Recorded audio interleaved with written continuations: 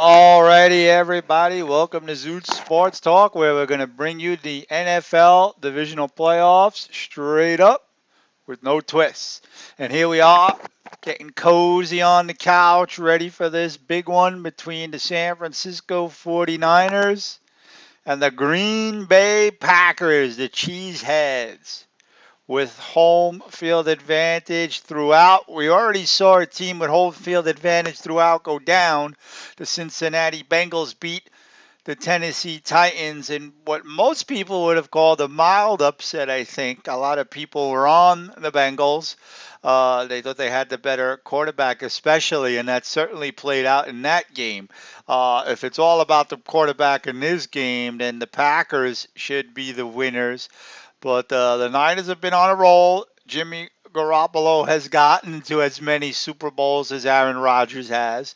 Yes, Rodgers has one Super Bowl win. Garoppolo has zero, but we'll see. It's supposed to be very cold here in Green Bay. We're about to get started very shortly.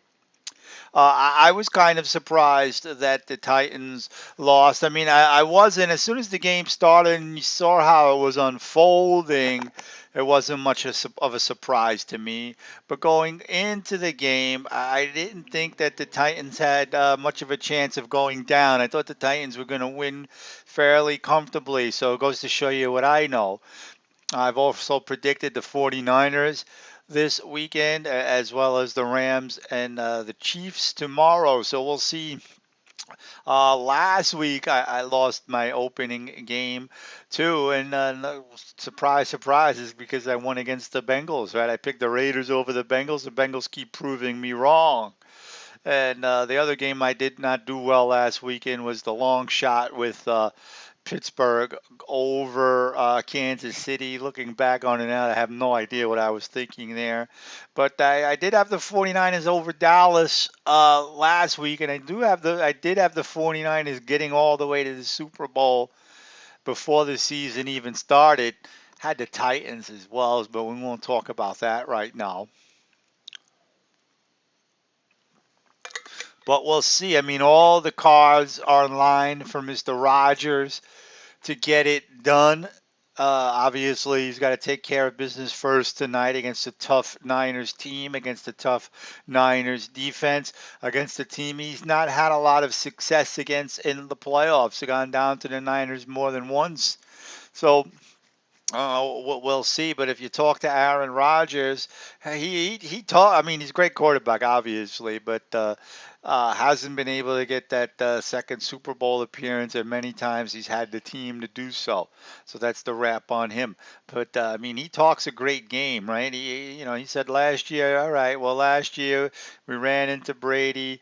We didn't have the big crowd noise in our advantage, even though we were home because of the pandemic, right? They got lucky with the weather. The Buccaneers. The weather wasn't all that crazy.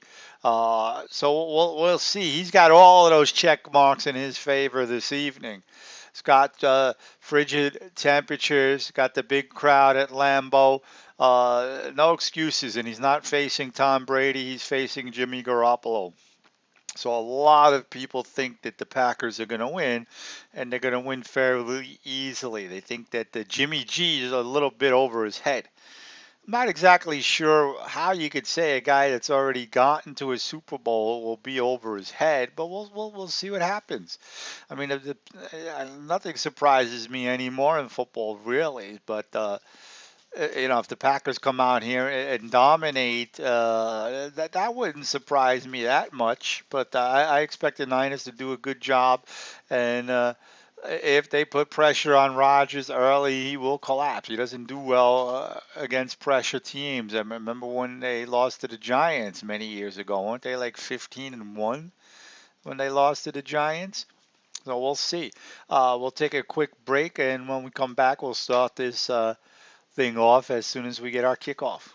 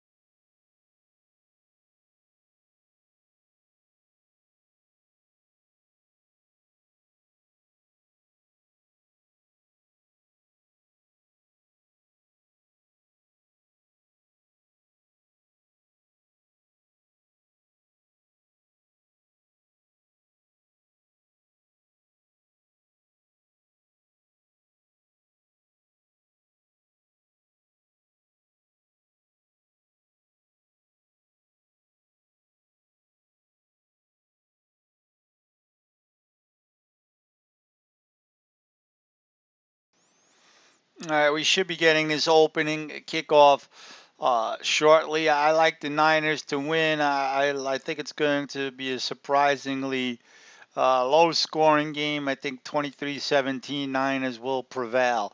If the Packers are going to win and win big, expect a blowout. Anything close, expect Rodgers to do something. Expect LaFleur to do something. I don't trust LaFleur in a big spot either. That's another big check mark. I think the Niners have in their corner. They have the better coach. I thought they had the better coach last week against Dallas with McCarthy, and I think Shanahan's going to get that check mark with the Niners in just about every game that he faces. You know, Belichick is gone. Regardless of who wins between the Rams and the Bucks, I would give Shanahan the edge in the coaching department in that game as well. But big task for Shanahan and the Niners nonetheless. Let's see how they compete. And kickoff should be shortly. So yeah, close. If this game is close throughout, look for Rodgers to make mistakes. Look for LaFleur to not do a good job with time management. If the Packers are going to win, it's going to be a dominating performance from them from start to finish, I think. And I don't know if that's doable against a Niners team that can run the ball well, that has a solid defense. Garoppolo does make mistakes. We saw last week he almost gave that game away against Dallas.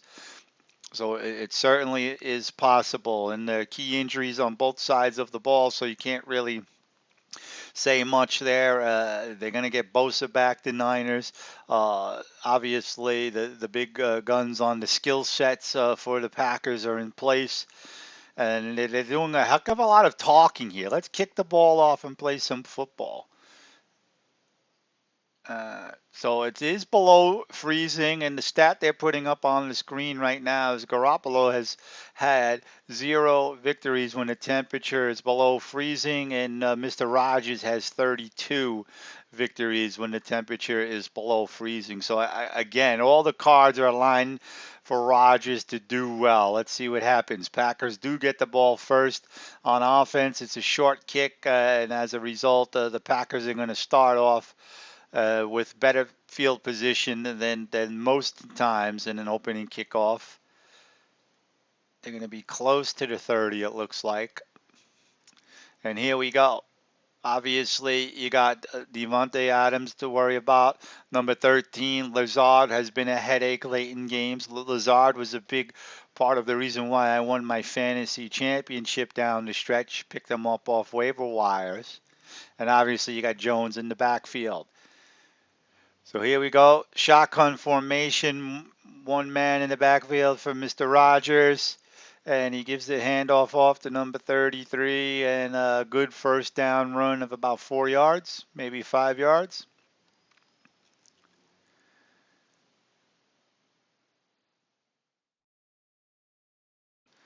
So while it looks like it's hecka cold out there, doesn't seem to be any wet conditions. So that'll help the quarterbacks, obviously. Once again, Rodgers out of the shotgun. They called it a 4 yard run, 2nd and 6. This time he throws it. He hits Adams on a slant for a big first down, and they're approaching midfield. There's a little bit question. Did the Niners get the ball on an interception? And it might be a Niner defender took the ball away from Adams, but it doesn't look like they're going to call that. Let's see. Adams has it. He goes down, and he had possession. So there you go. It's not going to be an interception. It's going to be completed pass, first down pass for Green Bay. They're about the 48-yard line. Pitch to the running back now, and the Niners meet him in the backfield for a big loss. Number 33 breaking some tackles, but can't get out of there. So it's going to be a loss of a few yards on that first down run. Kong is here on a Saturday night. Got to stop that run, San Francisco. Yeah, I mean, there's a lot to worry about when you're facing a Packers offense, right?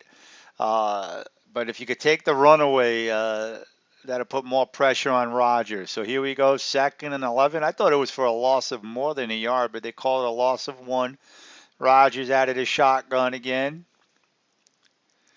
Single man in the backfield. He takes the snap, swings it out to the running back. Good catch, good yards after the catch. I believe that is Jones, and a big second down run rather for Aaron Jones as they cross midfield and march closer to the red zone. So that was just a little screen pass to the running back and a heck of a lot of yards after the catch. So you see the game plan early for Green Bay is to not give the Niners a chance to pressure Rodgers. They did still get a guy hit Rodgers on that throw, but it was a clean throw and big yards. Niners now at about 38. Not sure where they are. It's 1st and 10, incomplete pass. They're a few yards shy of the 30-yard line. So about the 38, 37, maybe a little closer than that. But that was an incomplete pass, so it's going to be 2nd and 10. Well, let's see. I'm going to ask Kong who he likes.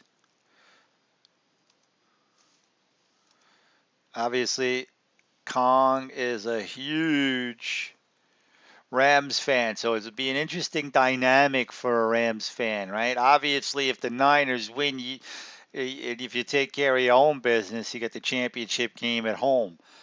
But then again, if the Niners win, you got to face a team you've had no luck against. And there's a first down pass again for Rodgers. He's clicking right now to Adams as he approaches the red zone on that one. Kong like San Francisco. Obviously, the Rams have a big task ahead of them with the Buccaneers, but if the Rams win, it's a tough one, right? But yeah, I would think you would much rather take your chances at home against the Niners than have to come into Green Bay. But Rodgers is off to a hot start, 3 of 4 for 43 yards. Hasn't had much to deal with pressure. Now he's under center, 2 men in the backfield. Fakes a handoff, then he pitches to number 19. Number 19 first looked like he wanted to throw the ball, but kept running, and he barely got back to the line of scrimmage there. So a little trickery doesn't pay off for the Packers. But the name of the game for the Packers on this drive has been second down. They've been very good each time on second down on this drive, and here comes second down coming up. But they are doing a good job of keeping pressure away from Rodgers early on. So here we go, 2nd and 9. They call that a 1-yard gain. Rodgers once again out of the shotgun, single man in the backfield. Running back stays into block, and he hits Adams on a slant for another big gain close to the 10-yard line. They're doing a good job of protecting Rodgers and hitting those slants early.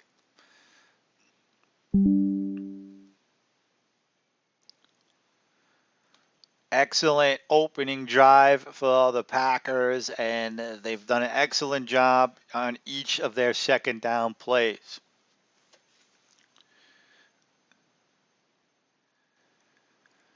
Very early in this game, 10-17 to go. And Kong says, well, we're going to Green Bay, I guess. That's one thing about Kong. He never shies away from a prediction, right? He's so impulsive. One thing, the Packers get off to a solid drive on their opening possession inside the red zone. 5-yard run on the first down there. And obviously, that all that means is Green Bay's going to win the game. The game's over in Kong's mind already. That's how he thinks. Until Rodgers throws an interception on this next play, and he's going to say, see, the Niners are going to win. 2nd and 5, Rodgers inside the 10. He's under center. Single man in the backfield. He hands it right off, and Jones barrels in for the touchdown. Oh, is that Jones? No, that's Dillon, the big power back. A.J. Dillon barrels ahead for a first down, touchdown. First possession, touchdown on the ground for Green Bay. Good opening drive for the Packers. They're up 6-0. Yeah, Kong, you might be right. The Niners defense looked terrible on this drive. Now they got some pressure on them. Let's see about this extra point.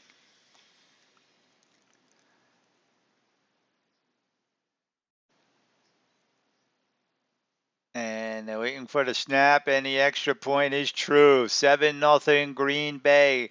Excellent opening drive. A little bit of everything for Rodgers. Very efficient. Got some stuff done on the ground. And most importantly, did not face a lot of pressure, right? If you're in the corner of the Niners and you think the Niners are going to win this game, you envisioned a Niners defense that was going to rough up Rodgers the same way the Giants did many years ago. But on that opening drive, it was not the case. And I said it before the game started. If the Packers were going to win this game, it was going to be a game where they dominated from start to finish. In a close game, I'm not sure if Rodgers and LaFleur could handle that kind of pressure, but they could certainly uh, jump the gun and play while they're ahead. Packers do have a big offensive line, and you saw it there. They even were able to bring in some running backs to do some blocking, and A.J. Dillon has emerged as a big power back. He gets a lot of touchdowns now inside the red zone. So now the pressure's on Garoppolo.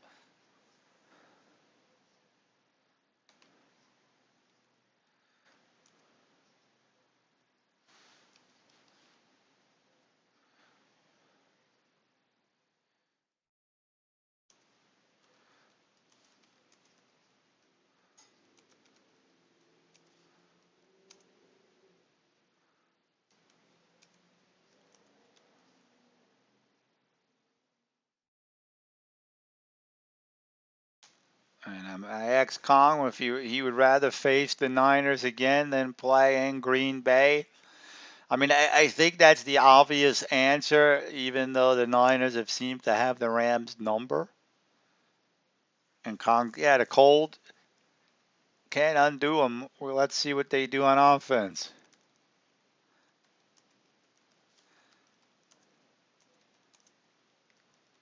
You know, it hasn't just been a defensive effort by the Niners that have gotten them this far. They have a very good offense. They got Samuel, who's an unbelievable threat. I think if the Niners want to win this game, they got to get a little bit more out of George Kittle. Obviously, Garoppolo can't make many mistakes, but you know, against the Rams. And last week against the Dallas Cowboys, I think Jimmy G was about 90% good in both of those games. Everybody keeps talking about that late interception. But what about the drive that he had against the Rams to snatch defeat away from victory, so to speak? And here's a big kick return by the Niners. They get close to the 40-yard line. So just like the Packers, the Niners get a good kick return and actually a better kick return than the Packers do. So they're going to start in good field position. And Kong says, no way they beat Green Bay in that cold.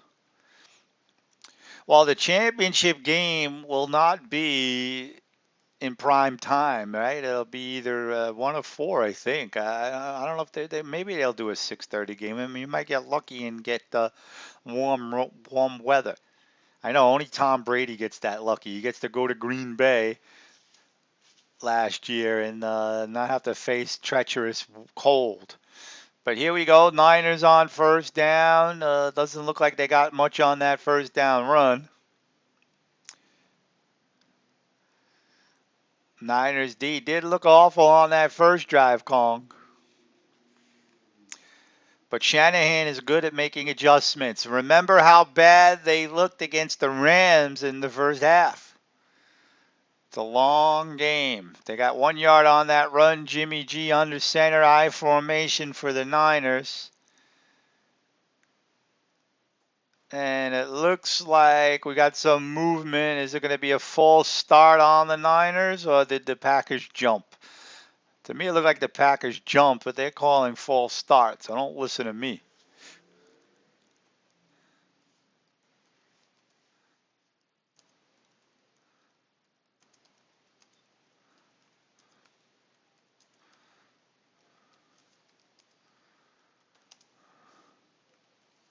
So, I mean, I think you got to give the Niners a chance to keep it closer. This is a this is a bad start. Now they got 2nd and 14. Pitch to Samuel. Samuel gets a couple of yards, but he's met by a gang of Packers. And it's going to be 3rd and long. Yeah, I mean, 3rd and long. Let's see, 3rd and 12. Big here. You don't want to go 3-and-out against this team.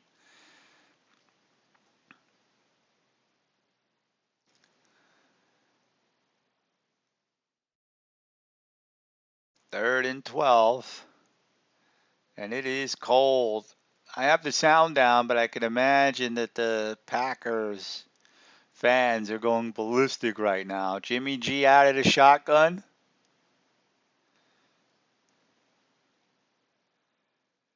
Good protection. Pressure comes in late and he gets sacked. He couldn't find anybody. He had the time to get somebody open. Didn't want to force it. Wasn't couldn't get anybody open, and it's a sack, coverage sack, I would say. I don't think the pressure came in right away there. See, as we see on the replay, he had time. He couldn't make a decision, and then one of the Packers defenders, number 55, came and he actually fell. He looked like he almost tripped and fell into Jimmy G for the sack. So the Niners will have to punt it away, and they're getting off to a very bad start. Let's see what the punting conditions are like in this weather. Looks like he got off a good enough punt. It's going to be dropped a little bit of a Niners bounce at about the 25-yard line. So excellent start for Rodgers and the Packers, and the Cheeseheads are enjoying it. 7-0, 6:45 to go in this first quarter. Here we are on Zoot Sports Talk, bringing you the divisional playoffs straight up with no twists. And thank you everybody for joining. Who do we have out there? Do we got Packers fans, Niners fans, or Zoots fans? I'm starting to think there's no such thing as Zoot fans, but maybe you're all out there. Let me know. Perhaps we have some Whitman Mayo fans. Anybody notice my Whitman Mayo picture? Thought I would add a little bit of little switching it up here with the visuals here on Twitch. I don't know. I mean, these playoffs haven't been that great. Last week was more or less pretty bad. You had the Niners. Then Dallas was the best game by far. Raiders, Bengals. At least it was interesting, and the game was still up for grabs at the end there. But all those other games were blowouts, and this one, unless something happens soon, we might have it again.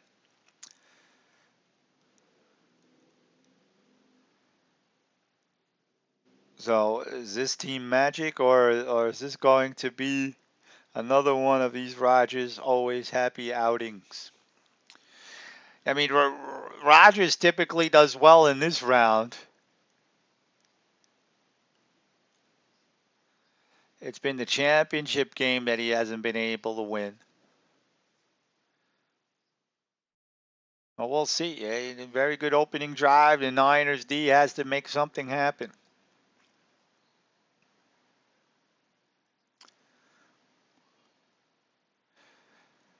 So, I mean, the NFL weekend started off with a very good game. Tennessee and the Bengals were a very good game, and we see a number one seed in the AFC getting ousted. But I think the NFL is on this Bengals bandwagon, and it is a great story. Obviously, you got the LSU connection with Burrow and Chase. You got the rookie field goal kicker with ice in his veins, and you got the city of Cincinnati, who is like especially the Bengals franchise. They've never won a Super Bowl. So, they hadn't won a playoff game in like forever, and now Joe Burrow already has himself 2 playoff victories. The same amount of victories that Ken Anderson had in the playoffs his entire career. He wins another one. He ties Boomer Esiason for 3. So here we go. Rodgers out of the shotgun. Quick pass to Adams. Adams makes some nifty moves to get some yak. And a very good first down play by the Packers. Kong says he wouldn't mind a Kansas City, Green Bay Super Bowl. That is quite possible.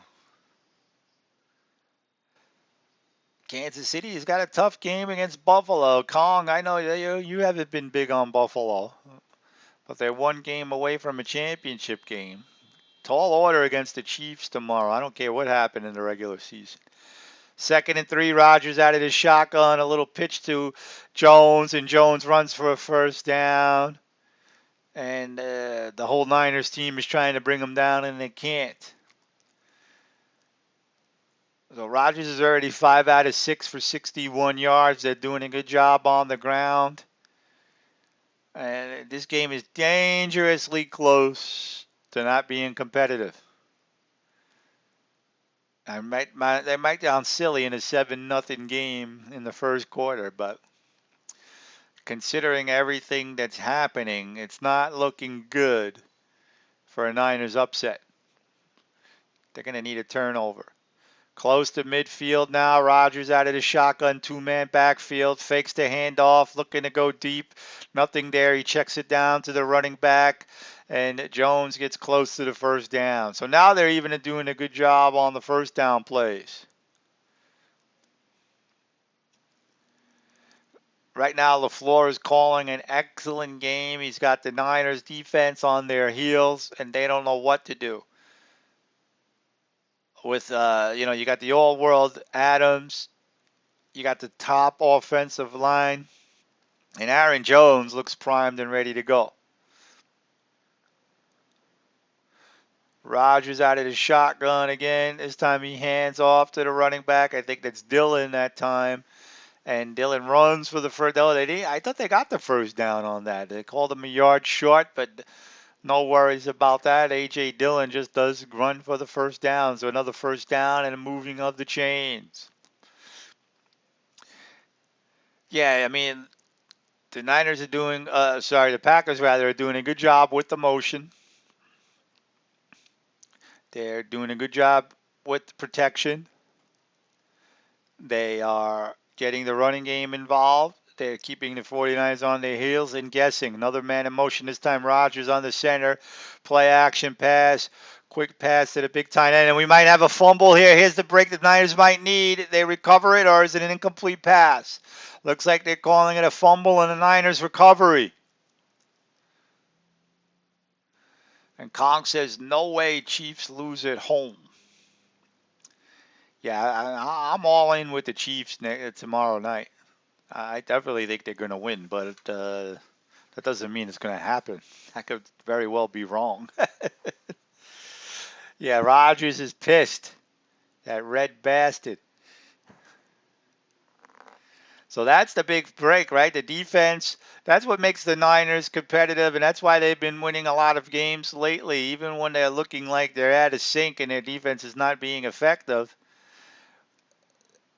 They get the turnover, right? Maybe that turnover was all about the miscue from the receiver, but at least the Niners are right there on top of it to recover. How many times do you see a fumble and the defense can't get the ball?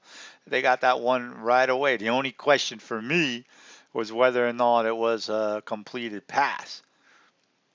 Kong says you would think Rodgers lost the Oscar.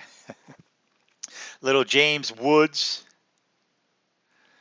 little Burt Reynolds. I mean, and you talk about that in the actors who have lost Oscars, and when you show their face, how mad they look. For those who don't know what the hell Kong's talking about, James Wood is the right, and I don't think it's any secret that those actors who looked so mad for losing an Oscar are also assholes in real life, right? Can you be a bigger jerk than James Woods? And from what I heard, Burt Reynolds was a big creep. Used to beat up Sally Fields. I'm sure he beat up other women too. And he got all mad when he didn't win an Oscar. But that's the thing. That's what I talked about at the beginning of the game. Anything close, I don't like. Rodgers becomes a less in pressure situations in close games. Rodgers and LaFleur, I don't think have a good track record. And we'll see. Let's see if the Packers defense has to be able to bail them out now. Niners did not look good on their opening drive, but now they got the momentum in their favor. And that's the thing about these football games, right? Like that Rams Niners game, that first half, it was all Rams. It looked like Stafford was having the best game of his life. The defense was all over the place. Second half, they couldn't stop the Niners. Here comes Garoppolo out of the shotgun, man in motion, everybody bunched in. Hands off to Samuel. Samuel gets some good blocking and a few good positive yards on first down there. And it looks like another fumble. It looks like the Packers are going to recover. Oh, look at this. It looked like to me he was down, but everybody on the Packers is saying it's Packer ball. Second down. It looked to me like he was clearly down. And it looks like that's what the referee is saying. Let's look at the replay. Samuels is hard to bring down. There you see the Pro Bowler Clark is trying. No, the ball came out. The ball came out. If they don't get this snap off, LaFleur's going to challenge and win it. Why they even? It looks like they get to get the snap off, wide open, and another drop pass. That would look definitely incomplete. Packers pick it up. They're playing it like it's a fumble. However, what the hell is going on here? They're going to call that a fumble? That looked like an incomplete pass. Let's see. Nope, he made a football move and it popped out. So it does look like the Packers are going to recover that fumble. I stand corrected. In live action, it didn't look like it was a completed pass. But that's another miscue. They got away with one. And this time, no can do. So the Niners offense gives it right back. Gives it right back. And you got to call it like that, right? You got to say the Niners gave that one away because on that replay, the Packers, it didn't look like anybody from the Packers knocked the ball out. It looked like he just dropped it, number 11. It looked like the receiver was. He got hit and dropped the ball. I mean, that's all there is to it. You can't do that in a big game. Maybe from the cold.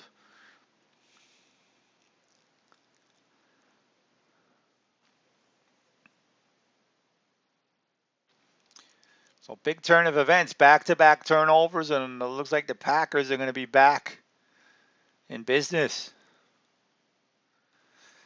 Big part of the game there. The Niners had a chance to put some pressure on. And I was right before all that commotion with the turnovers, I was going to say the Niners have an excellent offensive line as well. When I was doing my rigorous research before the season, one of the reasons why I liked the Niners to go far was because I thought they had one of the best offensive lines and one of the best defensive fronts. And obviously, when you're watching this game, you're talking about teams with great histories. Obviously, the Packers all the way back with Lombardi and Bart Starr. And everybody knows, of course, the Niners and their great Super Bowl runs, and starting with Montana. But early 70s, the Niners had a pretty good team. John Brodie as quarterback. They got to the playoffs in 1970, 1971, and 1972. I don't think many people know that. They never talk about those 70s Niners teams with John Brodie. They lost, and each time they made the playoffs in 1970, 1971, and 1972, they got eliminated by the Dallas Cowboys twice in the championship game. Does anybody realize that the 49ers got to 2 championship games in the 70s and lost to the Cowboys? I don't think anybody knows it. Yeah, on the replay, he definitely had control. It's definitely a fumble in my eyes, but they are looking at it. In real time, I thought maybe it was an incomplete pass. Maybe he dropped it, but he definitely had possession and made a football move as far as I could see. But we'll see.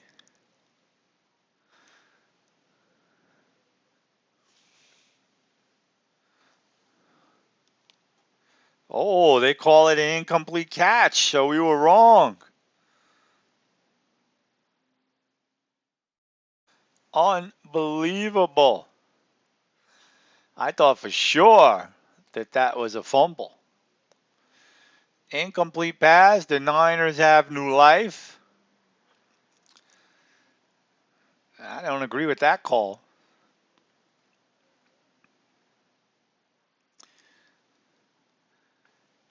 Oh, here comes Garoppolo on 3rd and 5 out of the shotgun. Man in motion, single man in the backfield.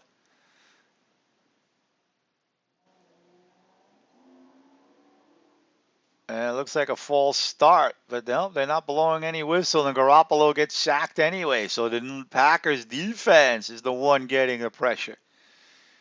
Garoppolo that time didn't have a chance. Second sack of the game.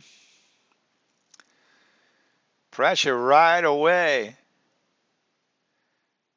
Number 52 beating Compton on the right side. The Niners offensive line not doing the job so far. And they will have to punt. Looks like a good punt, gets a good Niners bounce. Packers field it, and they get taken down immediately. So the Rodgers is going to have to start this drive at about the 15 or the 12. I don't know exactly where they're going to spot it, but somewhere in between the 20 and the 10-yard line is where the Packers will begin this drive. So a lot of wild things happening here with turnovers, with questionable replays, pressure. But here comes Aaron Rodgers again. So far, that Niners defense has not been able to get to Aaron Rodgers.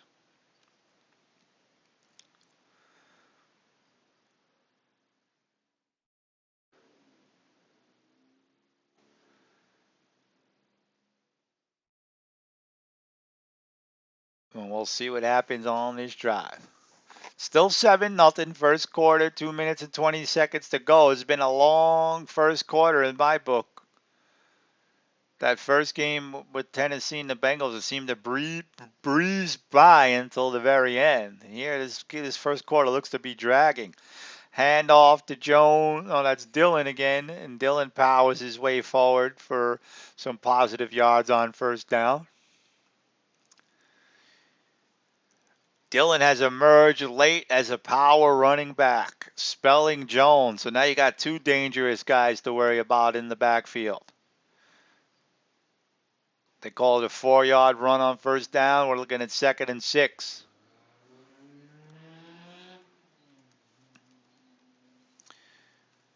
Rodgers under center, single man in the backfield. Good protection again. Looking, swings it out, drop pass. Incomplete. Incomplete. We're looking at 3rd and 6. So, I mean, you couldn't get off to a worse start if you're the Niners. But if you stop them here on 3rd and 6, you got to like your chances again.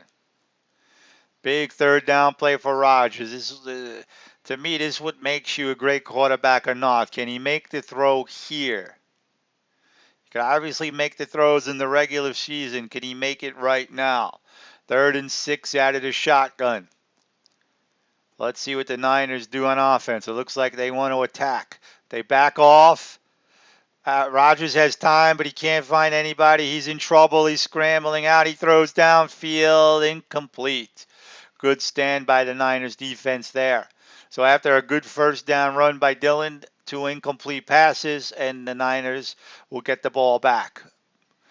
Packers will have to punt.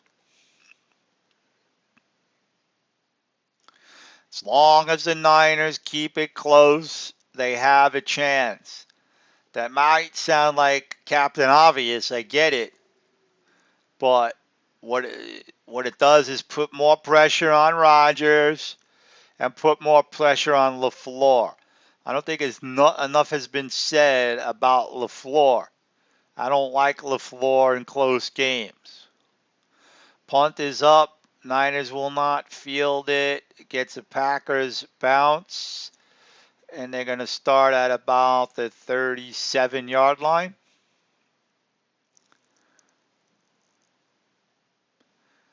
I think LaFleur really did a terrible job down the stretch in that championship game last year. Obviously, Rodgers did too. I mean, the Packers' beat defense didn't do him any favors either. It was just a collective effort in that championship game. But when they win, and if you're going to jerk off on Rodgers and LaFleur when they win, shouldn't they get the brunt of the blame if they lose, especially the way they did? And I thought LaFleur was more to blame for that loss, from what I remember, than even Rodgers. Some questionable calls at the end. Well, we'll see what happens.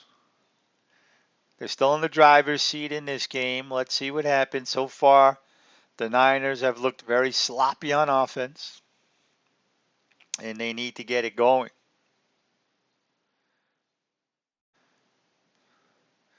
So, yeah, I mean, obviously, I don't remember those Niners teams in the early 70s. I mean, in 1970, I wasn't even born yet. But I find it odd that they always talk about the narrative of the Niners is their success didn't start till Walsh and Montana got there. John Brodie won the MVP for the Niners in 1970 and lost a close championship game to Tom Landry's Cowboys. They were eliminated by Tom Landry's Cowboys 3 straight years in the playoffs.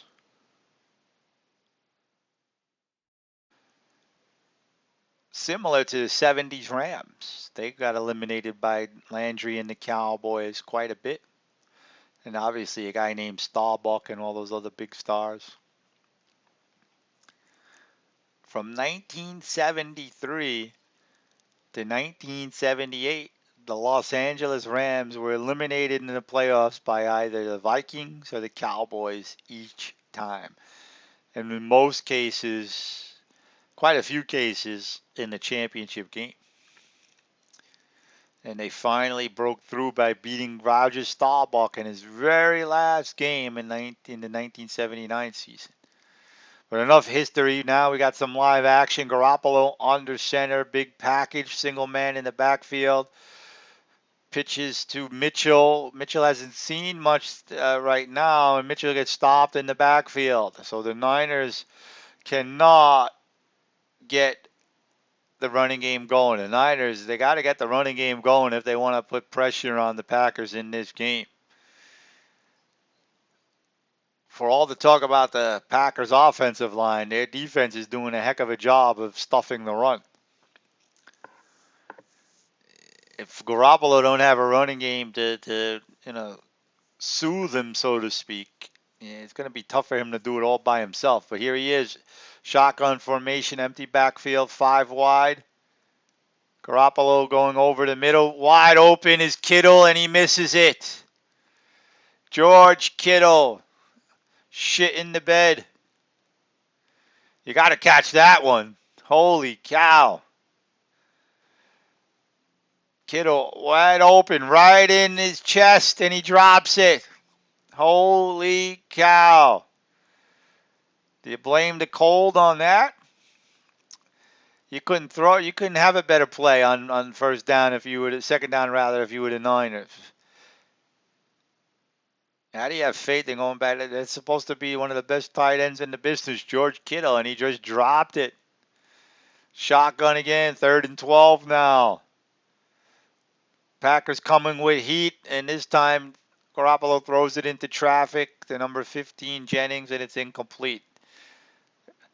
That's one you have to star, right? To talk about at the end of this game, especially if the Niners wind up losing. Perfect pass by Garoppolo, and Kittle can't put it away. And on that 3rd and 12, he was knocked down again. Niners will have to punt. Let's see if they could pin Rodgers back. High punt. It looks like it's going to be fielded at about the 10. Good coverage by the Niners. We're going to start at about, what, the 16-yard line maybe? Wow. That is one of the worst drops I've ever seen.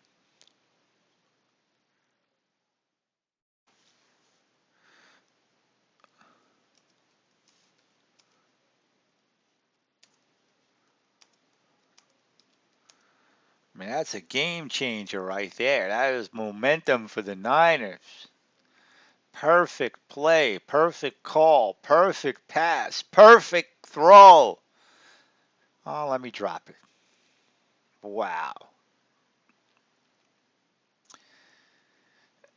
I mean, we could have dug up O.J. Mayo. Well, I'm sorry, Whitman Mayo from the grave, and he would have caught that ball. But George Kittle drops it. Okay, here comes a swing pass from Rodgers. We're back to live action. Jones on the screen pass gets about a yard, I think.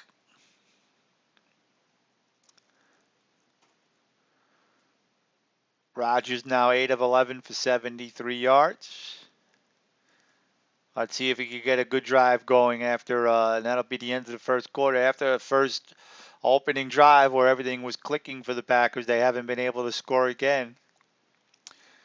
But they are ahead 7-0 at the end of the first quarter here. As we're bringing you the NFL playoffs straight up with no twists. Yeah, Kong says I could have caught that.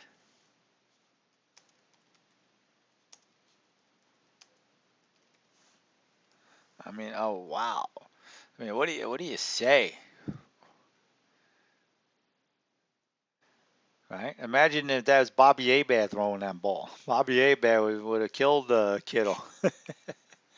Bobby Hebert used to bitch and moan about every pass. Every pass, he thought everything he threw should have been caught.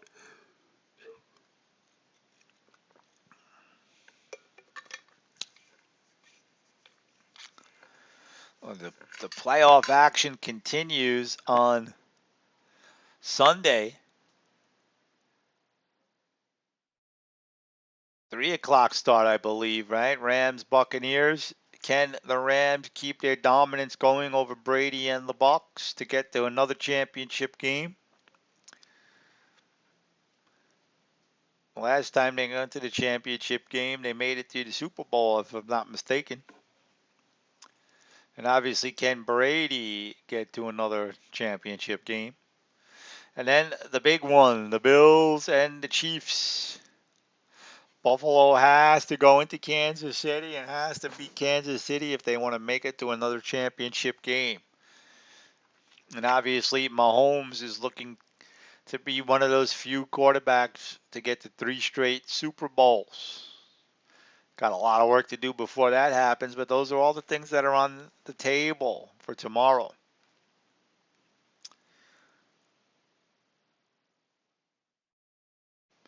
I would think, other than Aaron Rodgers, that Matthew Stafford has the most pressure on him of any quarterback.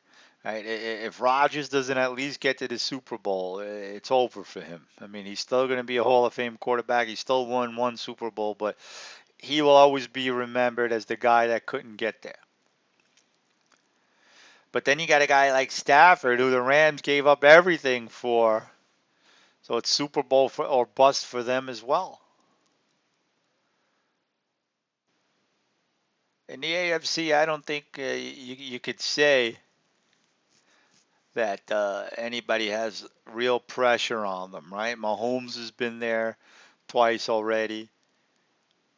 If Allen loses at Kansas City, nobody's going to kill him. And obviously the Bengals are playing with the ultimate house money. Here we go, 2nd and 7. Rodgers out of the shotgun, man in motion. Hands it off to Jones. Jones barrels his way forward for another good first yard run. They just can't stop the run. I mean, might not look like much, but if you're getting at least 3 yards every time you run the ball on first down, that is monumental in a game like this. Monumental. And they got 7 yards on that one.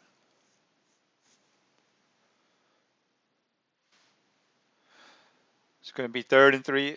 But then again, that wasn't first down. That was 2nd down. So never mind me. But still, an excellent run. But that makes it a more manageable 3rd and 3. We do have a flag. Is this going to be false start on the Packers? It is. Pre-snap penalties when you're on your home field is inexcusable. And that was Lazard, number 13 wide receiver. False start for him. You can't get pre-snap penalties when you're the home team. Now that makes it 3rd and 8. Let's see what Rodgers can do. Another big moment for him to make a clutch throw. Good protection on the pack. Sorry about that. The pocket collapsed quick, and he gets sacked. So here come the Niners with some pressure now. They're going to have to punt, and the Niners stand to make good field position off of this punt. They double-teamed Davante Adams on that one. So good pressure by the Niners on the corners to make it 4th and 14. I mean, yeah, if you're the Niners, that's what you got to do. Don't let Adams beat you. And Conk said if these guys could catch, we'd have a game. Yeah, man, maybe they could start figuring out how to catch the ball. Packers punting out of the end zone, gets a high kick off, good kick. Niners return it past the 30, up to the 32-yard line. So once again, good field position for the Niners. I would think the Niners would have to at least get a field goal attempt on this drive to feel good about themselves. I don't know how easy it's going to be to make field goals in this weather, however. But they have a pretty good kicker in Robbie Gould. But they got to get something going. And right now it's been about the drop passes. Obviously, they haven't been able to run the ball. But those drop passes are just horrendous. Those are backbreakers.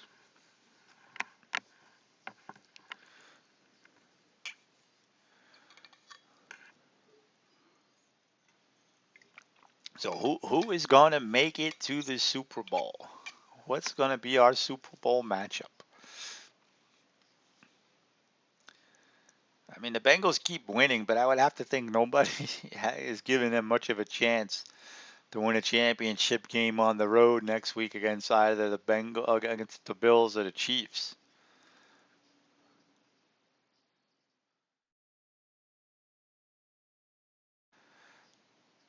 Where I think everybody might think that it's wide open, right? Other than the Niners, I would think that a lot of people like Brady's chances to go again. If the Rams win, you gotta like their chances in a championship game, and obviously the Packers with the home field advantage. But one step at a time. You look at these matchups though, and you think. I mean, me as a guy who loves the history of the NFL, Super Bowl era anyway. I got to start making a better effort of studying the pre-Super Bowl era. I know a little bit, but I don't know that much. But obviously, you got the Bengals who've never won a Super Bowl. The Bills who've never won a Super Bowl. And the Los Angeles Rams have never won a Super Bowl. Obviously, the Rams franchise have won a Super Bowl, but they were in St. Louis.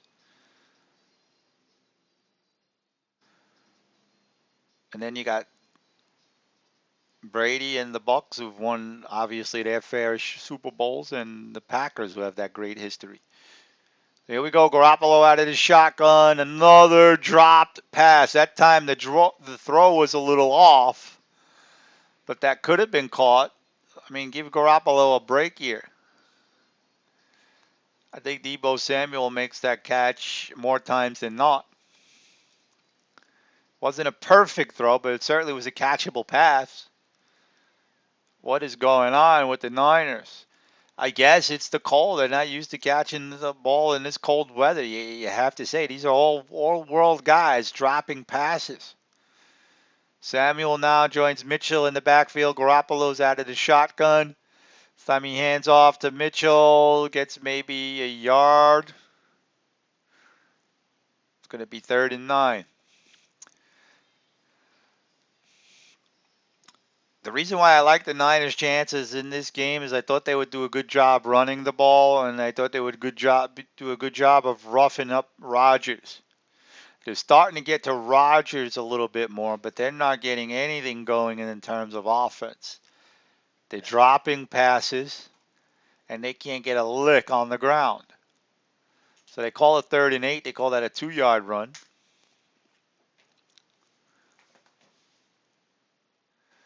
Shotgun formation, man in motion. Single man in the backfield for Garoppolo. Good protection early, but the pocket collapses and he's sacked again. Man. It's going to be 4th down.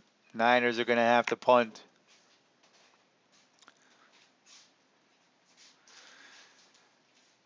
That pressure came in pretty quick. I mean, Garoppolo had a small window where he could have found somebody, but I guess nobody was open.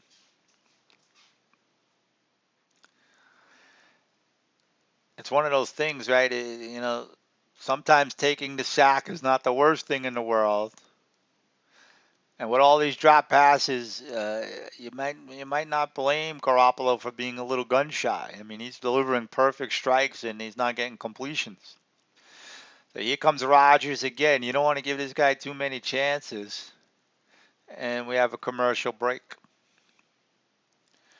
But am I out of line by pointing out that the Los Angeles Rams have never won a Super Bowl? I mean, it's a fact.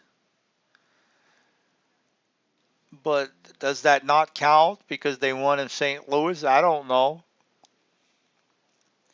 The other day on my Facebook page, Zoots Sports Talk on Facebook, I posted that, and I talked about the fact that the '70s Rams are a team that I am very interested in. I've studied a lot, and I already talked about it during this telecast how they got eliminated in the playoffs by either the Cowboys or the Vikings each year.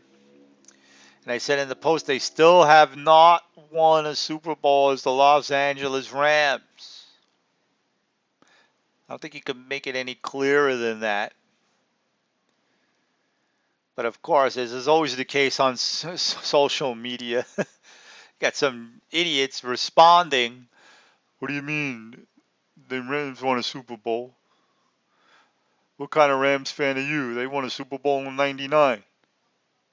The Los Angeles Rams did not win a Super Bowl in '99. What part don't you understand?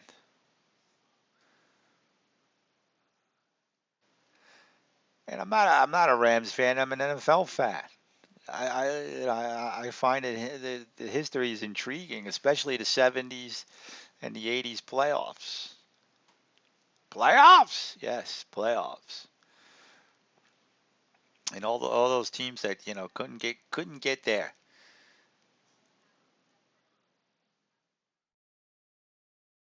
And Kong is saying they need a big defensive turnover. Yeah, well, they had a good defensive turnover and they gave it right back, so they're gonna have to need another one. I agree with you.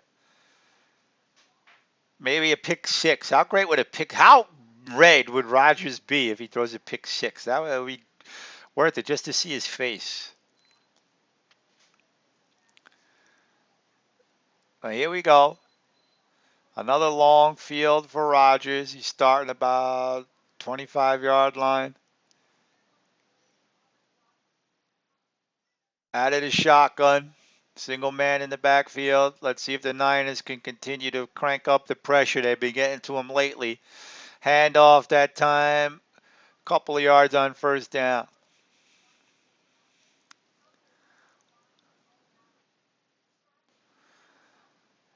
And one thing that people might not realize about the Rams is they started. Well, let me see. Let me ask Kong if he knows. No Googling. The Rams did not start in Los Angeles. What city did they play for before they came to Los Angeles Rams? Here's 2nd and 7. Rodgers this time under center. Big package. Hands off to Dillon. Dillon gets a couple of yards. We're going to be looking at another third down. Third and about 6, 5 or 6, depending on the spot. What city did the Rams play for prior to going to Los Angeles? Now, the Los Angeles Rams have won a championship with the great Norm Van Brocklin, but not a Super Bowl. I mean, you can't be more precise than what I said. The Los Angeles Rams have never won a Super Bowl. And I got idiots telling me you don't know what you're talking about. They won in '99. Did they forget they didn't play in Los Angeles? Here we go, 3rd and 6, and it looks like a clutch first down pass for Rodgers that time to Adams. He only needed 6, and that's about what he got.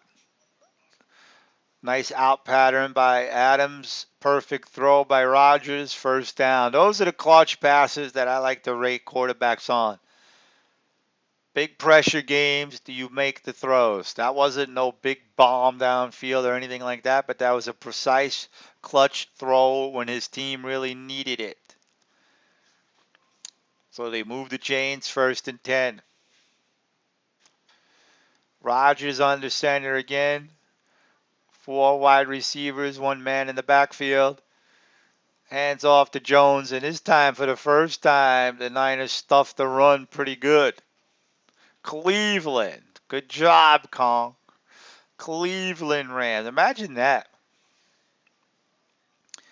Cleveland Rams, Los Angeles Rams, St. Louis Rams, and back to Los Angeles. I mean, and it's not like, it's not like when the Oakland Raiders went to Los Angeles and won, where they were still in the same freaking state. You're talking about Missouri and California. That's a big difference. Here's Rodgers out of the shotgun. Has time but can't find anybody. Has to scramble out. He's met from behind and stopped behind the line of scrimmage.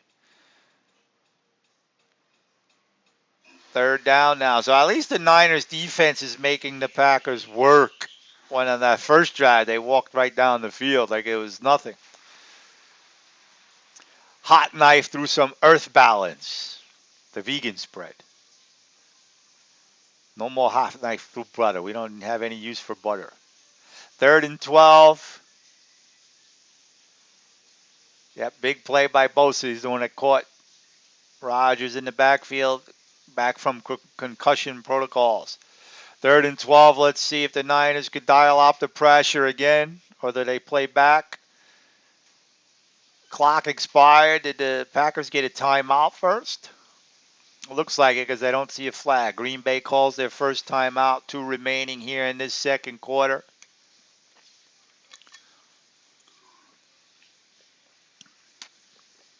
And that's the other thing. People always forget that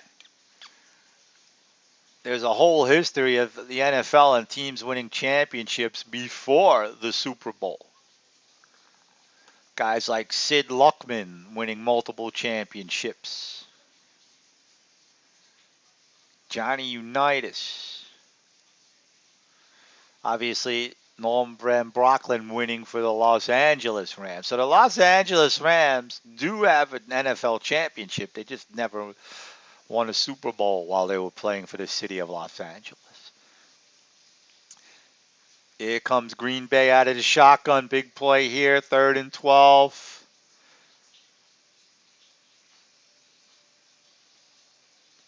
Pressure coming. Rodgers has to get rid of it to Jones. Jones passes the line of scrimmage, but he's going to be a few yards shy of the first down. Decision time. Does LaFleur have the jewels to go for it?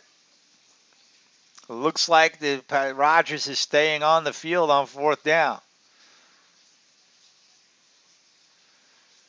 We're about the 40-yard line, 39-yard line. It's 4th and 2, and this is a big moment.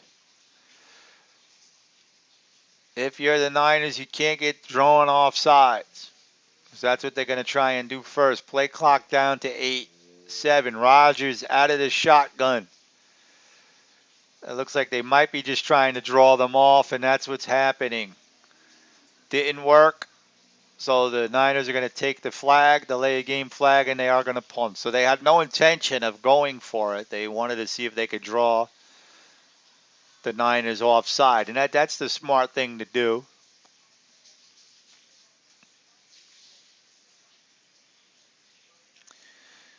Right? And even Bart Starr, he won a few championships before winning the first 2 Super Bowls. Sammy Baugh. So, you got to count these guys as the greatest quarterbacks of all time, too. I mean, I don't want to see, unless you're just limiting to the list to the Super Bowl era, I don't want to hear any top 10 quarterbacks of all time and not see Sid Luckman and not see Johnny Unitas. And I'm no old man card. I hate the old man card, but you got to be fair. I mean, all these guys won championships, won passing titles in their day, and that's what they have to be judged on, their day. Guys like Rodgers and Breeze, who've only won 1 Super Bowl, to me, that's not as impressive. And I intend to reveal my top. I'm giving away a little bit here, but I intend to reveal my top 10 quarterbacks of all time after the Super Bowl. I'm going to post it on Twitch. And I promise you, you have to have won at least 2 championships to make it on my list, whether it's an NFL championship or a Super Bowl.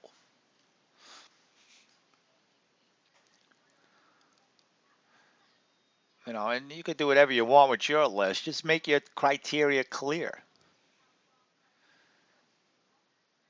And I don't think it's fair to look at the numbers of guys like Breeze with the amount of yards because of how the rules have changed and because they played so many more games.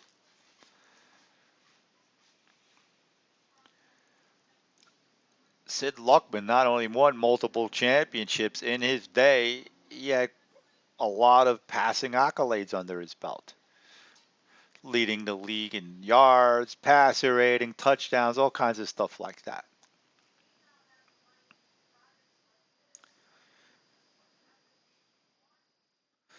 Now, if you're saying you're making a list only in the Super Bowl era, then obviously it changes a little bit. But I still don't know if Drew Brees would find his way on my top 10 if I was just limiting it to Super Bowl era. I might have to think about creating a list like that. I'm not a big list guy myself, but I know that's what people like to see. People love lists. To me, the reality of it is there's really no such thing as the best. Unless you're talking about, something like Brady is a little bit different. But and for most cases, I mean, how could you say what the best is or who the best is? Especially in a sport like boxing. But anyway, I'm getting off track now. The Niners have a chance to get something going here. Play action pass. Garoppolo has time. Dumps it off to Mitchell, and that time that was a bad throw. I don't know, even if the pass was on the money, if it would have created anything, but the Niners can't get anything going on offense. That time, off the play action, Garoppolo delivers a wobbly pass that wasn't tipped. It didn't look like it was tipped. Total yards minus 10. So the Niners, in terms of total yards, and they only have had the ball 6 minutes and change, they're trying to match the weather. It was not a good thing. 2nd and 10 now. Garoppolo out of the shotgun again. Looks back, throws it. Well, this time it looks like Kittle made a one-handed catch, and they're calling him in bounds. Let's see on the replay. Possession. 2 feet are down. I think it's going to hold up. So Kittle dropped probably the easiest pass he could have ever made, is ever going to have. And this time he makes up for it by making an unbelievable one-handed grab. 1st down. It doesn't look like it's going to be a challenge. Garoppolo out of the shotgun again. 2-man backfield. Now a man comes out of the backfield. Hands off to Samuel, and Samuel only gets a couple. The Packers are doing an excellent job of shutting down Deebo Samuel up till now.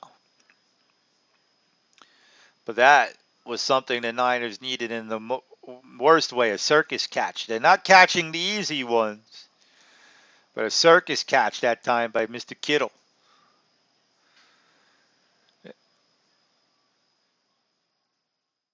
And that is their first completion. I didn't even realize that. Kong said first completion. That's unbelievable. Maybe that'll be the start of things to come. There's Garoppolo, 1 out of 6 for 15 yards, and they're still in the game. That's unbelievable. 2nd and 8. Hands off to Mitchell. Mitchell spins, gets some positive yards, and gets close to a 1st down. It's going to be 3rd and short. No flags on the play, I don't think. Looks like there's a discussion, though. So a completion and a decent run back to back. Things are looking up for the San Francisco 49ers.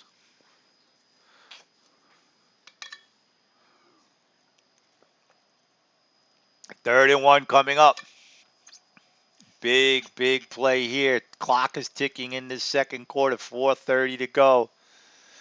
Big package for the Niners. Single man in the backfield. Pitch to Mitchell. Mitchell has a beat on the 1st down and a couple of more. And he's going to be stopped. 1st down, moving the chains. Let's see if the Niners could get themselves in a position to put some points on the board closing this half. That would be a monumental lift for them. And keep in mind, Shanahan's teams always do well in the 2nd half. Elijah Mitchell hasn't done much today, but that was a good run for him. They're making him work. Another big package for the Niners. Garoppolo under center.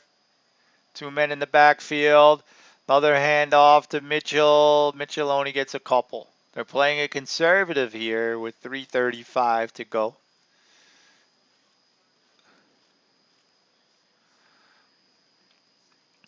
Niners are doing some things here. Shanahan is pretty good at making adjustments.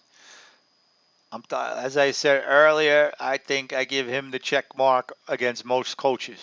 I think the check mark goes, when you're looking at coaching, the check mark goes in the Niners' favor in most matchups. 2nd and 8. Ball a little past midfield.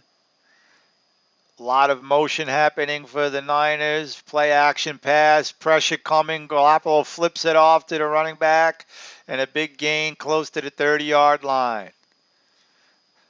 Now that was a situation where the Niners made something out of nothing. It looked like they wanted to do some trickery. They had all kinds of motion. But nobody was open. Garoppolo took off. And then the last minute he saw Mitchell wide open and he flicked it to him.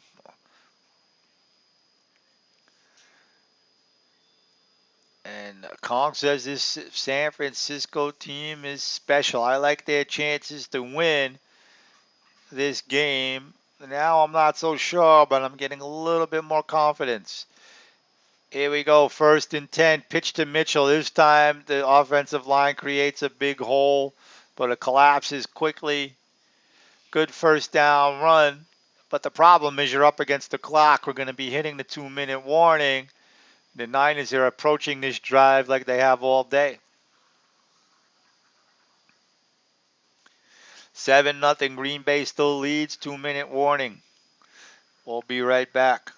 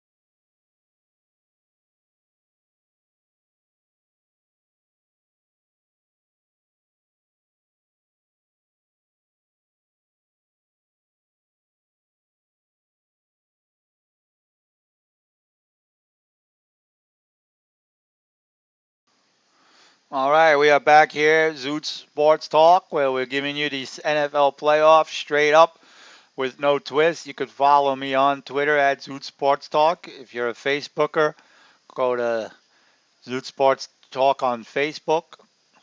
Next week, we're looking to get you some more vintage boxing. I'm still trying to figure out who we're going to feature this week. We featured the great Julio Cesar Chavez last week. Kong, any requests for the boxing? I know you're a frequent follower. Appreciate your support. Is there any boxer you want me to showcase this week?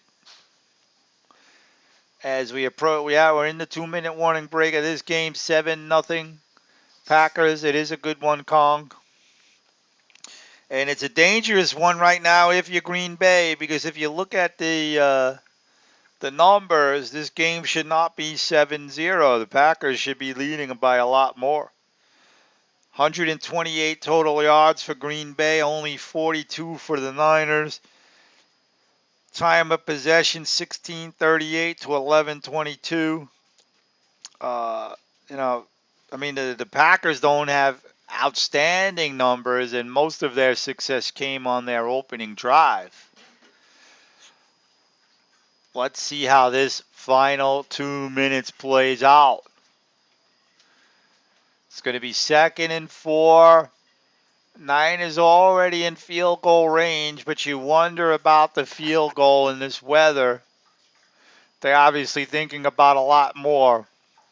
Garoppolo under center, single man in the backfield, Mitchell in motion, Samuel with the pitch, and he gets close to the first down. It looks like he got enough for the first down with forward progress. Niners still have 3 timeouts, so maybe I'm wrong for killing them for taking their time, because 3 timeouts and a $1.40 left on the clock, that's you could do pretty much anything you want. And if Samuel starts getting going, that's another big bonus for the Niners. Samuel has pretty much been invisible in this game. Garoppolo out of the shotgun, empty backfield. Snap is good. Pass over the middle. This time Kittle has true hands and he gets the first down. He's at about the 10-yard line. Niners marching on the door. This is a Niners team that has been through a lot. Injuries. Garoppolo with question marks. His health. Trey Lance, the rookie, looking over his shoulder. Weren't really a real factor, I think, in most people's eyes until the last few weeks of the season. And out of nowhere, the Niners, people are like, let's not forget this Niners team. So we're looking at 1st and goal here. Clock is stopped. But the Niners still have the 3 timeouts, so I'm not sure. Maybe the Packers took a timeout. And I was doing the Rams Niners games here on Twitch that last game of the season, and I said the Rams would do everybody in the NFL a favor by knocking this Niners team out. They couldn't do it, and look what's happening right now. First and goal, handoff to Mitchell. Good hard running on first down, but it looks like they're going to get hit with a holding penalty. Hasn't been many penalties in this game, but that's going to be a big one. That's going to make it first and goal on the 20. That's a tough one. Trent Williams, the all-world offensive lineman, one of the best in the business, gets hit with a hold. And that was a pretty easy one to call. It was an easy hold to call, and it certainly contributed to the positive yards on the run. So it's a penalty that you cannot complain about. If you're a Niners fan, you're jumping up and down on the couch, but if you want to be fair and objective, it was a good call. First and goal now on the 20. Garoppolo has pressure. He escapes it, looking to get rid of it, scrambles to his right. Now he throws on the run, and he's intercepted. Intercepted, and there, just like that. Shades of the end of the Dallas game. Garoppolo throws a pass he probably should not have, and it gets picked off. Wow. I mean, he does a great job of getting out of the pressure, of trying to make something happen, and it looked like he had Kittle open, but the throw wasn't strong enough, and a great play by the Packers defense. Probably shouldn't have threw it, though. Probably would have been better off throwing it away, but he was trying to get the touchdown there. He saw Kittle, and he thought he had him.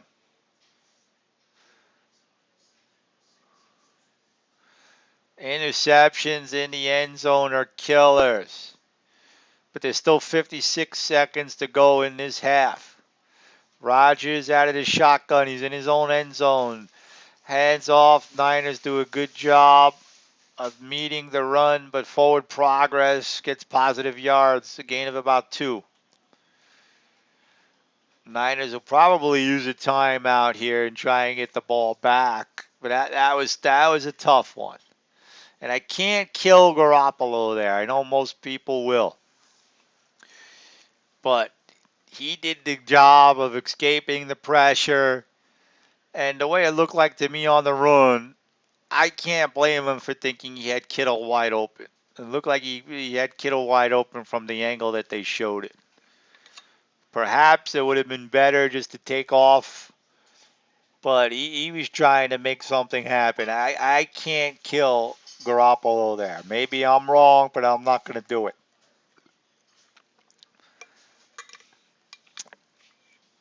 That wasn't one of those picks in the end zone that, like, what the hell? To me, anyway. It looked like he had Kittle.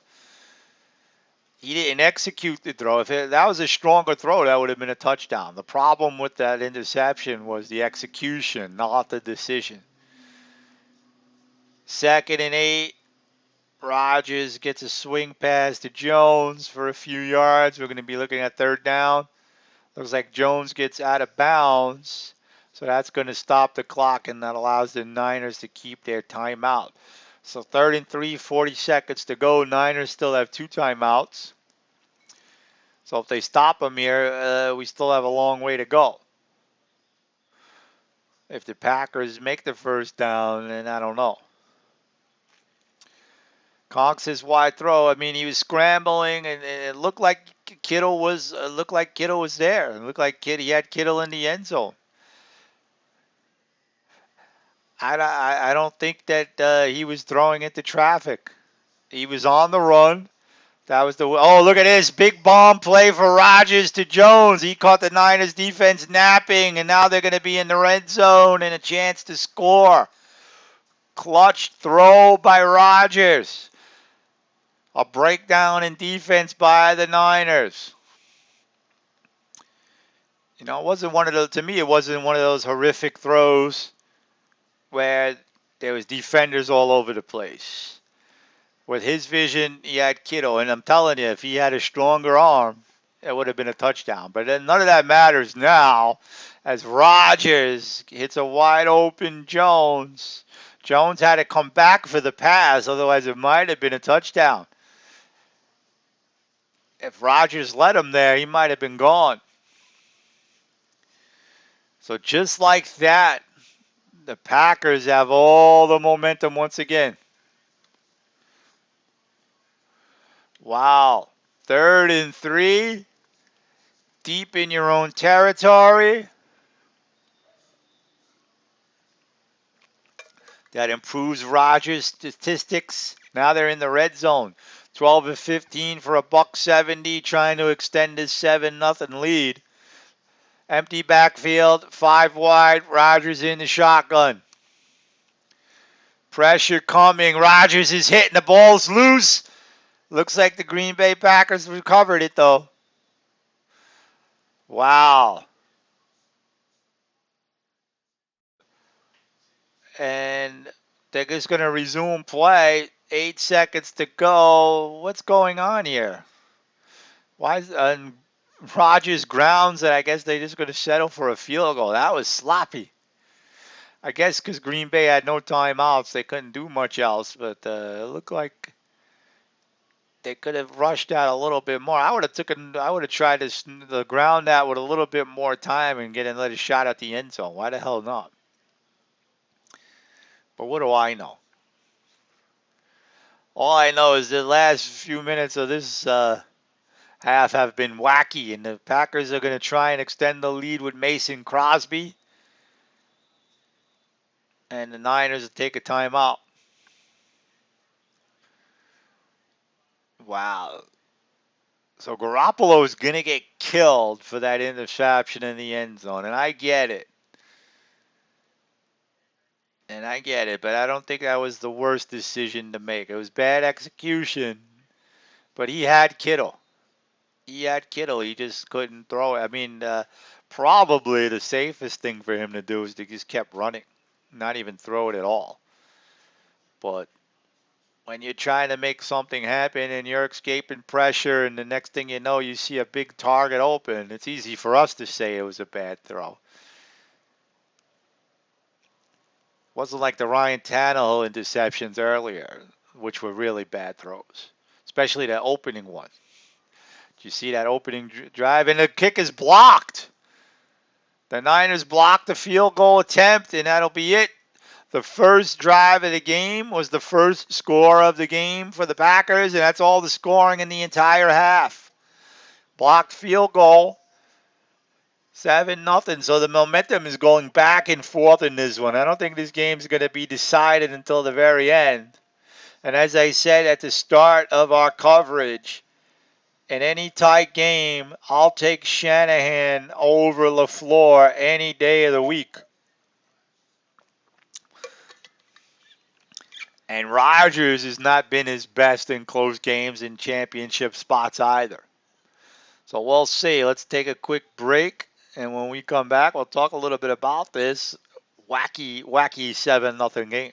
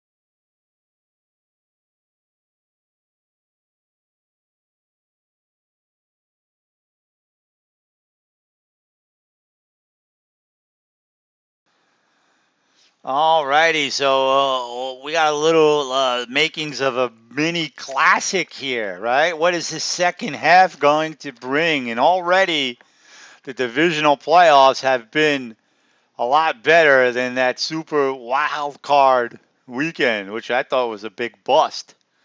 But right now, I mean, we had a great first game with the Bengals hanging on, winning at the end. Big rookie kicker, Joe Burrow, Jamar Chase, Bengals defense showing up in a big spot.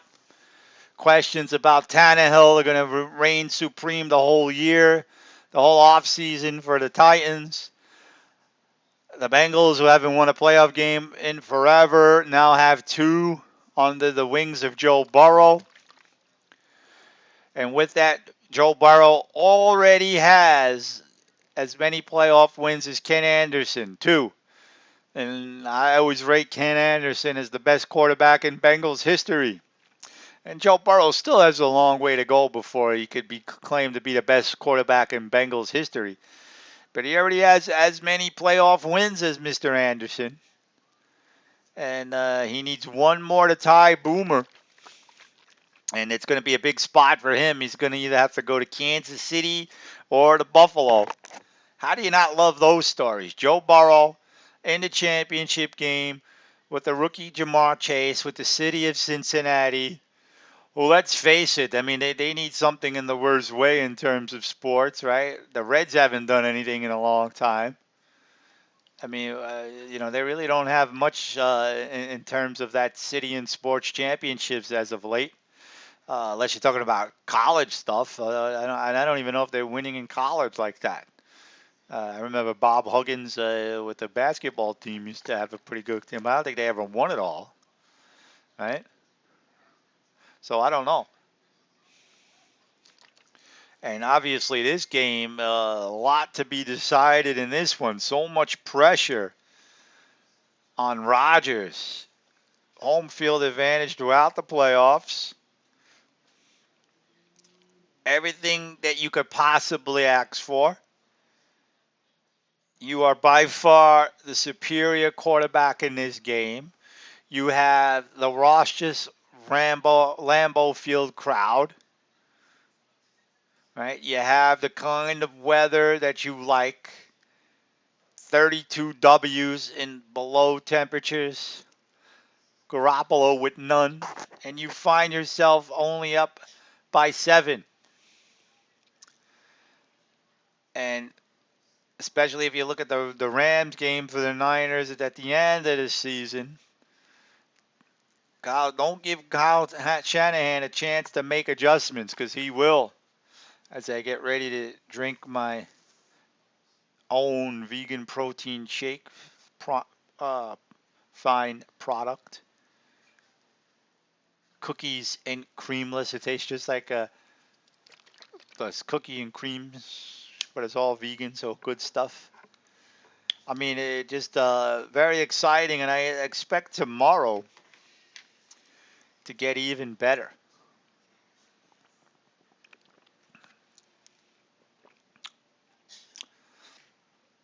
Right? Because as far as I know, maybe I'm just bugging out, but as far as I know, Cincinnati doesn't have a hockey team, right? I know there's been some. I haven't really paid attention to hockey much.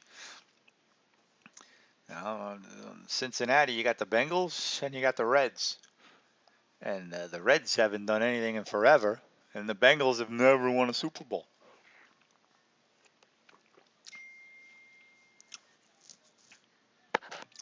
So we'll definitely see. And as much as I like Mahomes, I don't know, man. I might have to be all the team Cincinnati next week. I know it's unlikely they're going to win, but I think I'm going to be rooting for the Bengals next week, regardless who they play, the Bills or the Chiefs. And I think they'll be playing the Chiefs. And the Bengals just beat the Chiefs a few weeks ago. So don't get it twisted that they don't have a chance to get past them. I mean, it's a different animal in the playoffs, but I don't know. Maybe the Bengals are. I'm not. I picked against them last week too, and they did me in. So there he is, Vince Lombardi, watching over this one as the Packers try and add to their playoff history. Obviously, the first two Super Bowls belong to Lombardi and the Packers. Then they won a Super Bowl with Favre. They won a Super Bowl with Rodgers. They won a bunch of NFL championships with Lombardi and Starr. History is great to look upon, but it doesn't help you in the actual game at the moment. And the game of the moment is very much in the balance. But we'll be back with a little bit more of this one. This should be fun.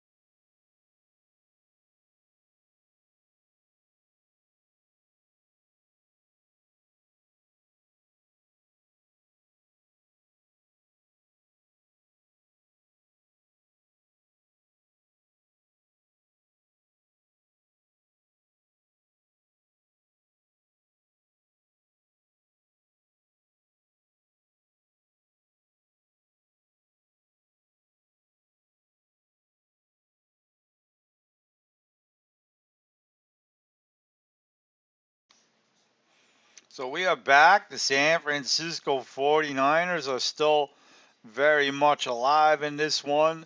Despite the fact that they're being totally not dominated on the stat sheets. Total yards 203 for the Packers, only 58 for the Niners. Niners have a total of 24 passing yards.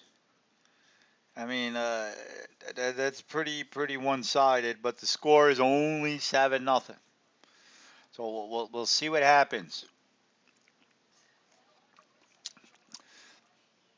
Rodgers has made some great plays in this game, no doubt about that, but you would have to take that if you're the Niners, if you're a Niners fan.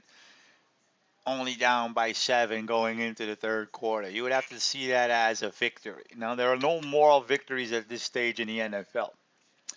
I don't care what we say. We could say like the Bengals are playing with house money all they want. I mean, we could say that all we want. But the Bengals aren't thinking that way. They're thinking they're one game away from the Super Bowl, and if they don't get there, it's going to be a major disappointment. Right? So if the Niners play this one close till the end and they wind up losing, moral victories don't do anything for professional athletes. Fans say that shit to make feel good about themselves and rationalize, but in truth, I don't care. You gotta want to go, even if your team's like the biggest Cinderella story of all time. You can't be like, oh, you can't be all passionate, crazy every week. Uh, you know, put every ounce of fiber in terms of being a fan, and then say, oh well, all right, but they had a good season anyway. No, no. Wear your heart on your sleeve if you win. And the Niners going into this half 7-0 especially, they're not going to be satisfied with losing a close game, and they shouldn't be. But the beauty of the NFL playoffs is somebody is going to lose, close game, blowout, or what. Somebody goes home. That's what makes the NFL the most intriguing and the most popular team sport, right? All these other team sports, you could have a bad game, you could lose it, and you could come back, right? On the professional level, anyway. And it looks like we have some mist in the air in Green Bay now. So we're going to have a wet ball to deal with. It looks like a little bit of mixture of snow and rain as we start this third quarter. Niners will get the ball. And you couldn't have had as many bad moments in the Niners. And now here comes Samuel with a big kick return. He gets a good spot there to midfield. Knocked out of bounds at about midfield. So another great start on special teams for the Niners. They have done everything in this game but get in the end zone.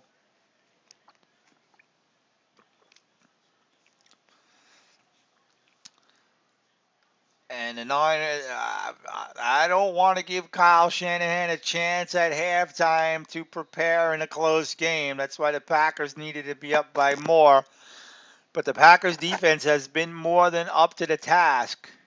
They've made some good plays, so let's see what happens. Garoppolo under center, single man in the backfield, bunch formation. Man in motion, pitch to Mitchell. Mitchell gets some good blocking. He gets a few yards out of the first down run. But, even though I'm not killing Jimmy G on that interception, that's got to be it. He can't make throws like that anymore unless he's absolutely positive. Another interception like that, it'll be unforgivable. The Niners will be preparing Trey Lance for next year, no doubt about it. But here we go, 2nd and 5. Jimmy G under center. The crowd is loud here in Lambeau. The weather's getting a little treacherous. Is there anything you could ask for on a Saturday night? Another good run. This time is Samuel. He might have even gotten the first down. If he didn't, it's going to be just short. Got a little snow now to go with the frigid temperatures. Now the elements are certainly in favor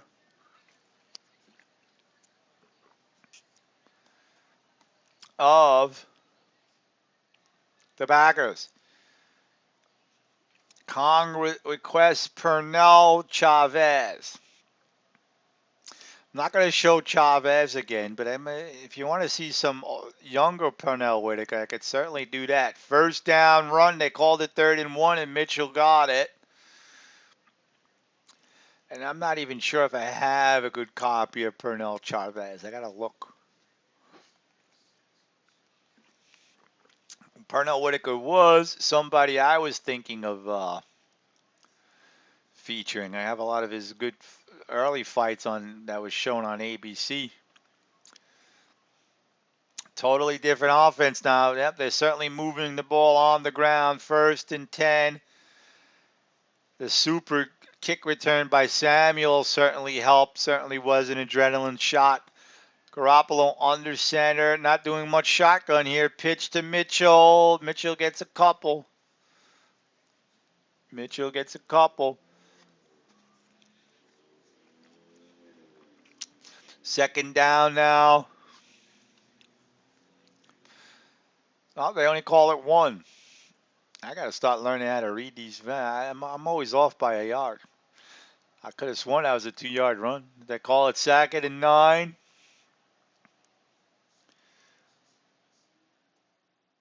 The snow is coming down. It looks like it's getting a little windier too. Garoppolo's been under center every snap.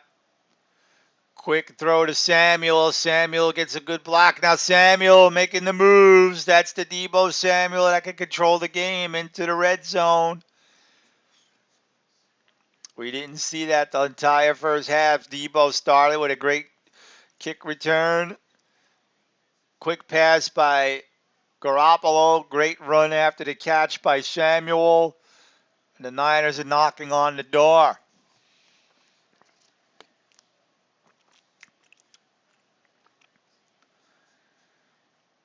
Now Garoppolo's out of the shotgun. Red zone, and when it gets a little tricky with these throws. I think they're going to hand it off here, though. Let's see. Yep, they hand it off. Good run on first down there. Samuel again gets the handoff. 2nd and 4. They call it 6 yards on that run.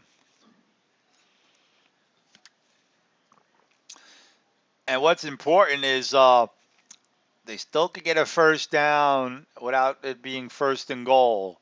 I always liked that. I remember when we used to play Madden, I used to hate having goal to goal. Hold that thought a second. Here comes Mitchell off of the run, gets the first down, and then some more creeping in. I used to hate to have, but a flag on the play might change the momentum here. That's probably going to be a holding, or do they call a face mask on the defense? Nope. Face mask on the offense. So that's going to push the Niners back. Damn, that hurts for the Niners. Everything's going their way, and they get hit with a face mask flag on the offense. Oof.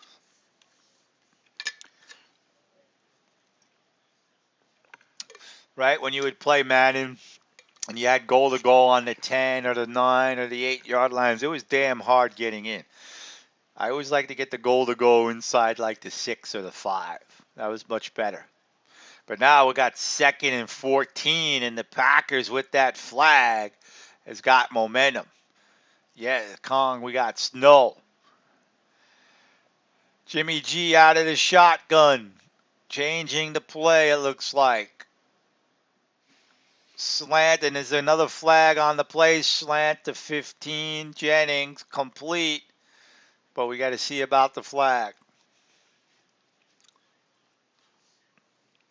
Did they get it off? It's going to be back-to-back penalties for the Niners. They're falling apart again. Yep, delay of game penalty, it looks like.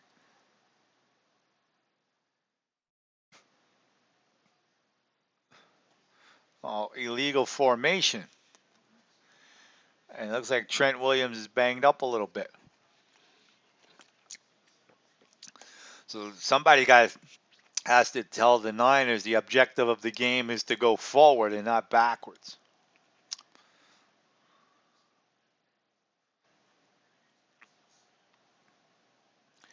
Now it's 2nd and 19. Making it hard, putting more pressure on Jimmy G. 5 wide, shotgun, empty backfield.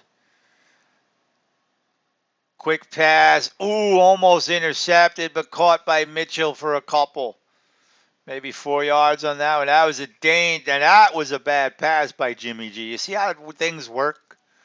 See how you got to peel the onion? That was a bad pass, but it wound up being complete anyway. So you forget about it later on the stat sheet. It was wobbly. He probably shouldn't have thrown it, but he gets the completion anyway. I guess he's getting paid back for the drop passes earlier. It's unbelievable how this game works sometimes. Again, empty backfield, 5 wide, shotgun formation, 3rd and 16.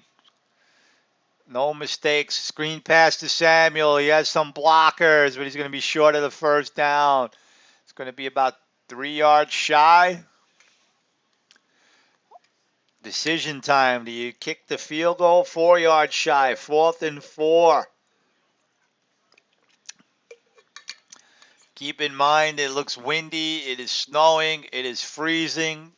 Did they try a field goal here, or did they go for it on 4th and 4? Good tackling to take Samuel down before the first down. Decision time here. Under normal weather conditions, I would say it's a must to put points on the board. And it looks like Samuel is hurt. That's not a good sign.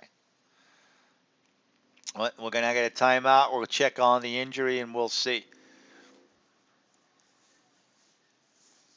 It all depends on how much faith you have in your kicker. I would go for the 3 points unless I thought that the conditions are that bad where he's not going to make it. Keep in mind, at the end of the first half, the Niners blocked a field goal attempt by the Packers.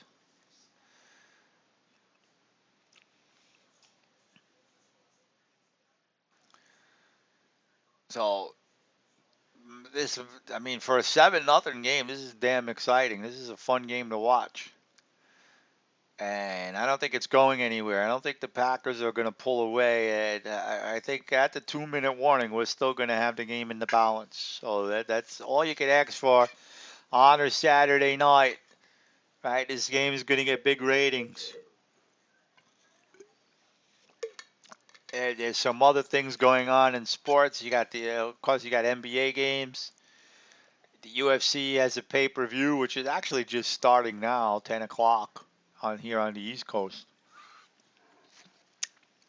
Showtime has a boxing card on. But this is where it's at. This is where you want to be on the NFL. Divisional playoffs, win or go home. Nothing doing out in the streets here on the West Coast. Who wants to be outside anyway? Let's get cozy on the couch and see how this one plays out. Last Saturday, we had a similar situation, but we had a terrible game.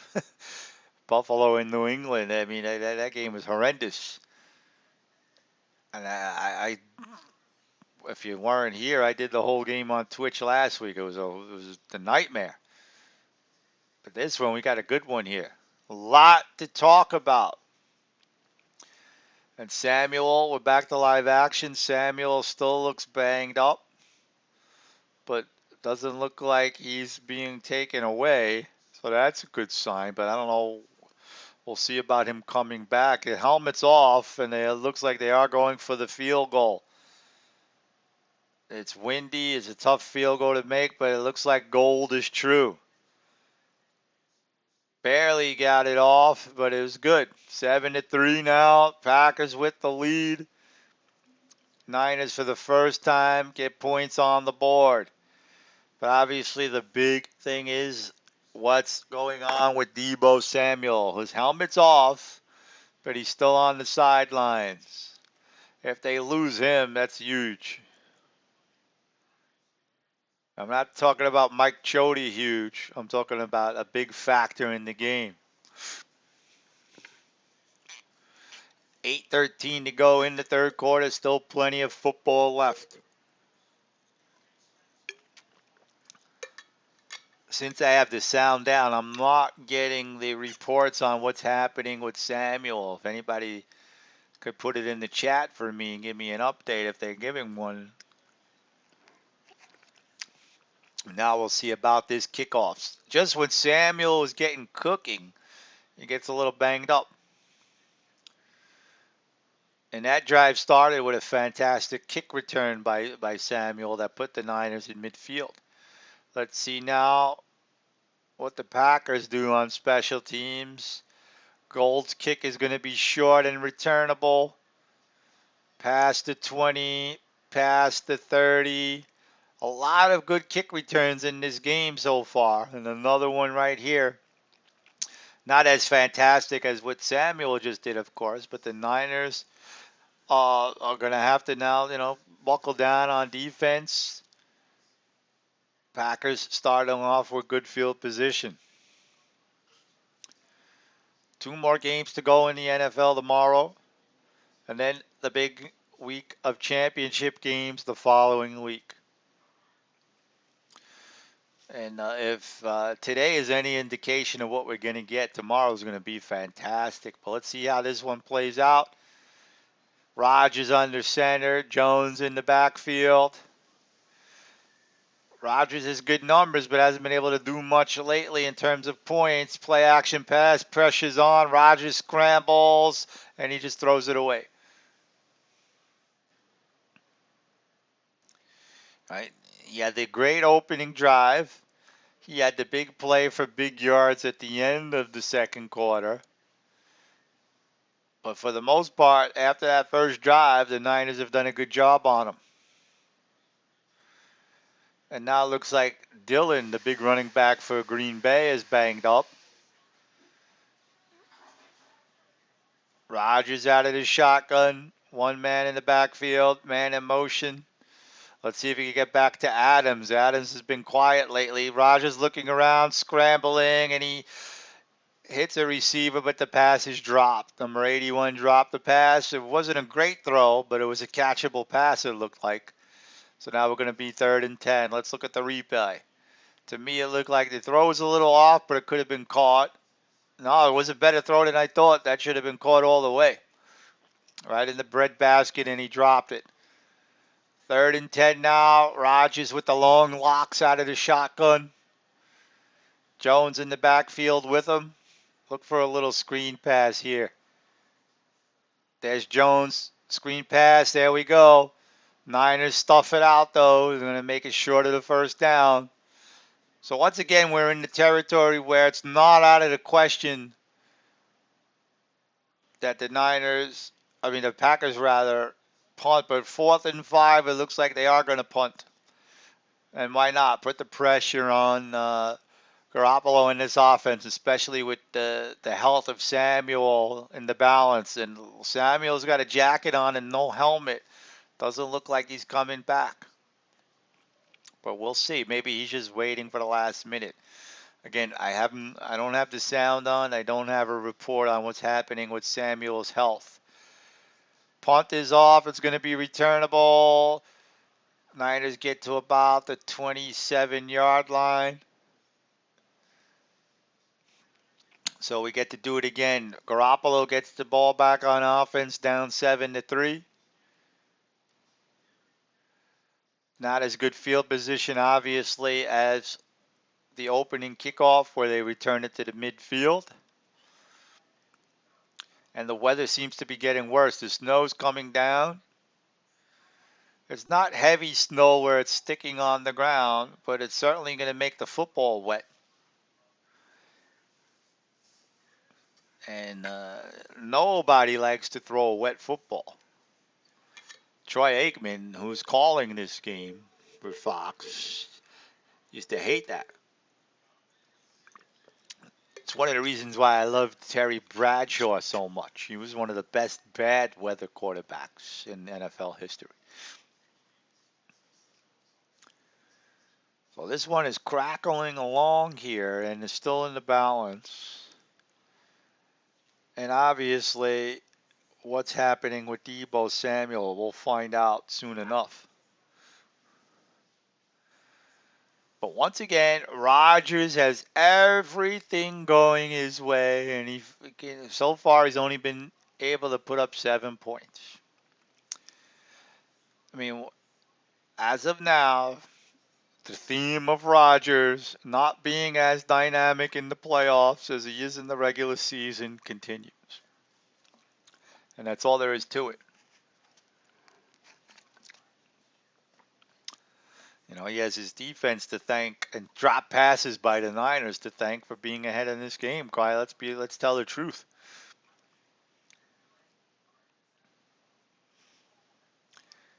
But he could still wind up winning this game and finding himself in another championship game, finding himself in a championship game at home, finding himself in a championship game at home with the big crowd that he keeps reminding everybody that he didn't have last year. And the more Rodgers talks, as I think why he becomes more unlikable for a lot of people. Because when he wins, it's him. He sliced bread and that's it. But when he loses, he gives you a whole unabridged dictionary type version of excuses, like he did last year.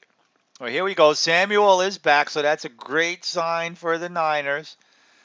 Garoppolo under center. Mitchell in the backfield. Let's see what they do. Play action pass. Garoppolo steps up, throws a bad pass. There's another ill-advised throw by Garoppolo where he was lucky that wasn't picked off. And Conk says the pendulum seems to be swinging to the Niners' way on both D and O. True, but that last pass was dangerous. Can they maintain it on offense? I don't know if they can maintain it on offense. Garoppolo's playing sloppy. On the center now, pitches to Mitchell. They need to get going on the ground, and they get a few yards on second down. Looks like it's going to be third and about 6 or 7. Important now. Now, if the Niners were going to win this game, I envision much more work on the ground by Mitchell and Samuel. Maybe that'll happen, but it hasn't happened yet. Mitchell has 12 rushes for 43 yards, which is certainly not terrible. Conk says he thinks it's over. Remember, he said the Packers were going to win in the opening drive of the game. Now he's saying he thinks it's over. Shotgun formation, empty backfield. Garoppolo's got to make a big throw here. He's got happy feet, and he's going to go down. He's sacked. So that momentum, that pendulum that was swinging on offense is now not there. Clark and Green Bay's defense show up. So the Niners are going to have to punt. They're going to have to keep it going on defense. I still think a defensive score is going to be a big one in this one. I could certainly see a defensive score or a bad turnover that puts the offense in the red zone. I could sense it. And it might happen right here. I still think Rodgers is going to get intercepted. Fair catch on the punt. We're going to start at about the 28-yard line. Niners are battle-tested and ready for war. I certainly agree with that. That's a much more accurate statement than saying I think it's over. But Kong wouldn't be Kong if he wasn't making bold predictions like that during a game. Just keep in mind, the first 10 minutes of the game, he said it was over. Yeah, that's what I was just saying. I sense a turnover. I sense either a defensive score or a turnover that's going to put the offense in great field position, red zone territory. I'm with you on that one, and I think it's going to happen this drive. Or Rodgers could shut us up and prove us wrong and have a good drive here. Or maybe they try and run the ball a little bit more, especially in the bad weather, in the lead, play a little clock.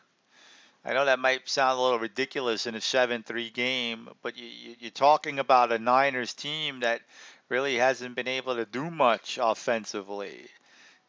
I mean, they have 3 points. They haven't had many red zone trips. The weather's getting worse. I don't know.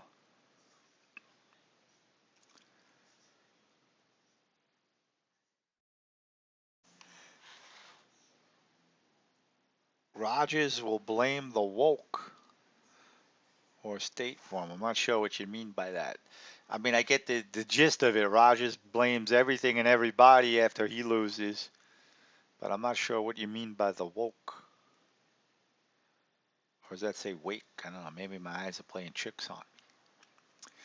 But we'll see. I mean, this is where Rodgers has got to, and not just Rodgers, LaFleur. What kind of a game does LaFleur call now? Because I don't think it's just Rodgers. I said at the very start of the game, in a close, tight game, in a pressure situation, I don't like Rodgers, and I equally don't like LaFleur. I think the Niners have the big check mark in favor of Shanahan in the coaching territory.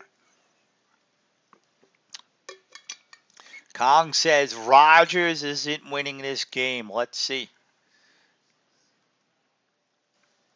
And I hope he doesn't. And I might get myself into a little trouble because my wife is a Packers fan. So we've had a little words earlier. So here we go. Rodgers out of the shotgun. Jones in the backfield, switching positions, trying to give a little motion. Quick slant to Adams, who's been quiet for the most part after that first drive, but good first down completion for Rodgers there. It's going to make it second and short. What kind of plays does Matt LaFleur, supposed to be this big offensive coach, what does he do here? Good call on first down. I give credit where credit is due. Second and 3. Nice high percentage pass to the best receiver in football. Can't go wrong there. Rodgers under center, pitches it to Jones. Jones gets some good blocking, but is a little short of the first down. Good pursuit on the defense by the Niners to make it third and short. Yeah, this is exactly where the Niners want to be. Close game. They know how to win these games. But in those games that they won, Jimmy G and Samuel made big plays. Can they do that down the stretch here? First, they got to make a stop on defense. Rodgers out of the shotgun, 3rd and 1. Jones in motion. Look for the handoff to Jones here. I sense it. There we go. Handoff to Jones, and he does get the first down. Forward momentum is going to give it to him. I think so, anyway. Looks like he got the first down. Barely, but he didn't need much. Saw that one from a mile away. Dillon still looks a little banged up. Remember, he's the power runner, the short yardage specialist.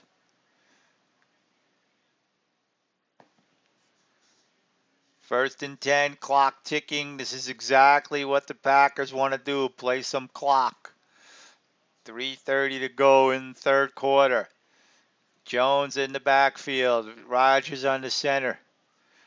2 wide receivers to the left. Handoff to Jones. A few yards on first down. The Packers will take it.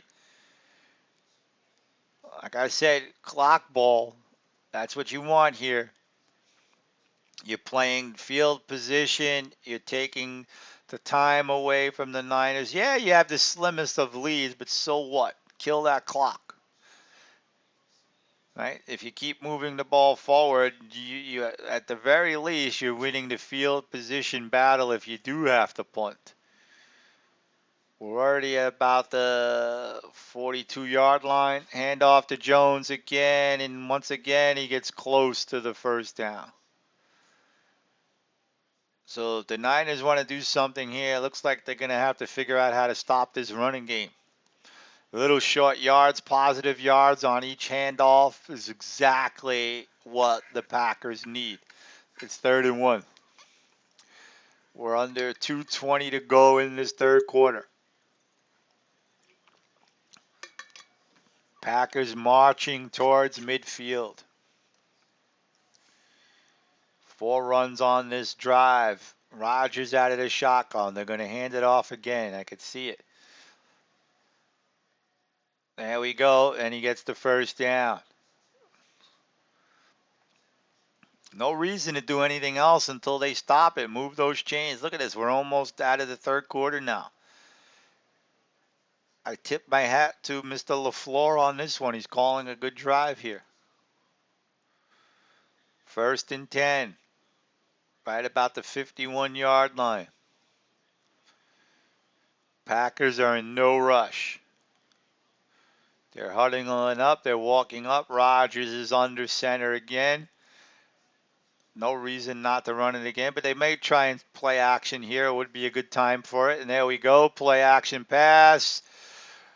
Throw and beautiful catch by Adams to get close to the red zone. Very close to the 20-yard line there. So everything's working right for the Packers right now. They're calling a good game and a big throw by Rodgers. Great catch by Adams. He threw it in a position where only Adams could get it.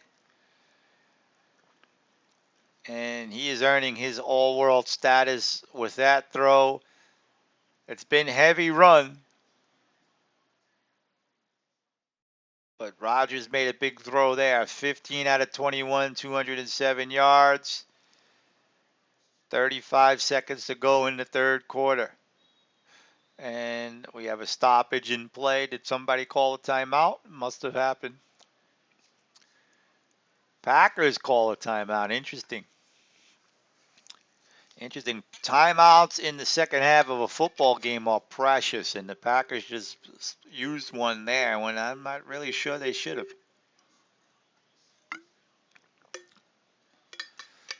What was the reason for that timeout? This is exactly what the Packers needed. Niners have to step up now. At the very least, they want to force a field goal. They still got to try and get that turnover, though. Remember, the weather's bad, and the Packers already had a field goal attempt blocked. They're obviously thinking 6. This will be the last play of the third quarter. 1st and 10. Rodgers under center. Another play action pass. Defense is coming. Rodgers throws another perfect pass to Adams. There is a flag on the play. Maybe a hold. It's going to be a hold or a defensive penalty on the secondary, I would think. Defensive holding. Defensive holding, yep. So that's going to be declined. Another solid throw by Mr. Rodgers. Got to be fair. He's doing exactly what he needs to do on this drive. He's making the big throws. And that I said that was going to be the last play of the third quarter. With the penalty, the clock stops. Shotgun formation. Little short pass to Adams. Niners stuff it out, and they get about a yard out of that one. So now here's where you got to really prove your greatness. You got to get in the end zone, and I'm talking about LaFleur as much as Rodgers. What are you going to dial up to give your team, your Hall of Fame quarterback, your multiple MVP quarterback? What are you going to dial up to give him the best chance to put 6 more points on the board? We'll find out when the fourth quarter resumes.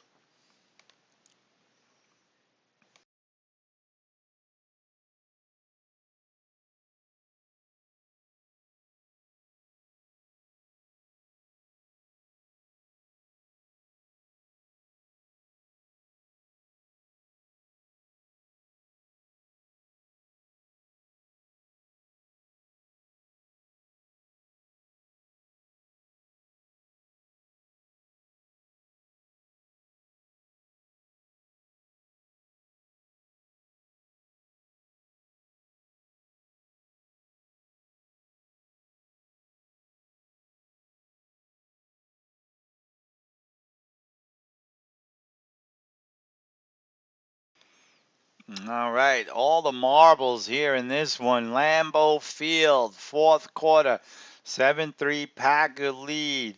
Treacherous weather, snow. Packers driving, Rodgers making big throws. How's this drive going to finish?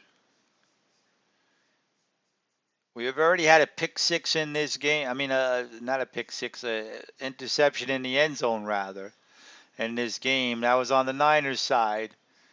One of the few times that the Niners had a good drive going. Garoppolo threw an interception in the end zone. He was trying to hit Kittle and couldn't do it.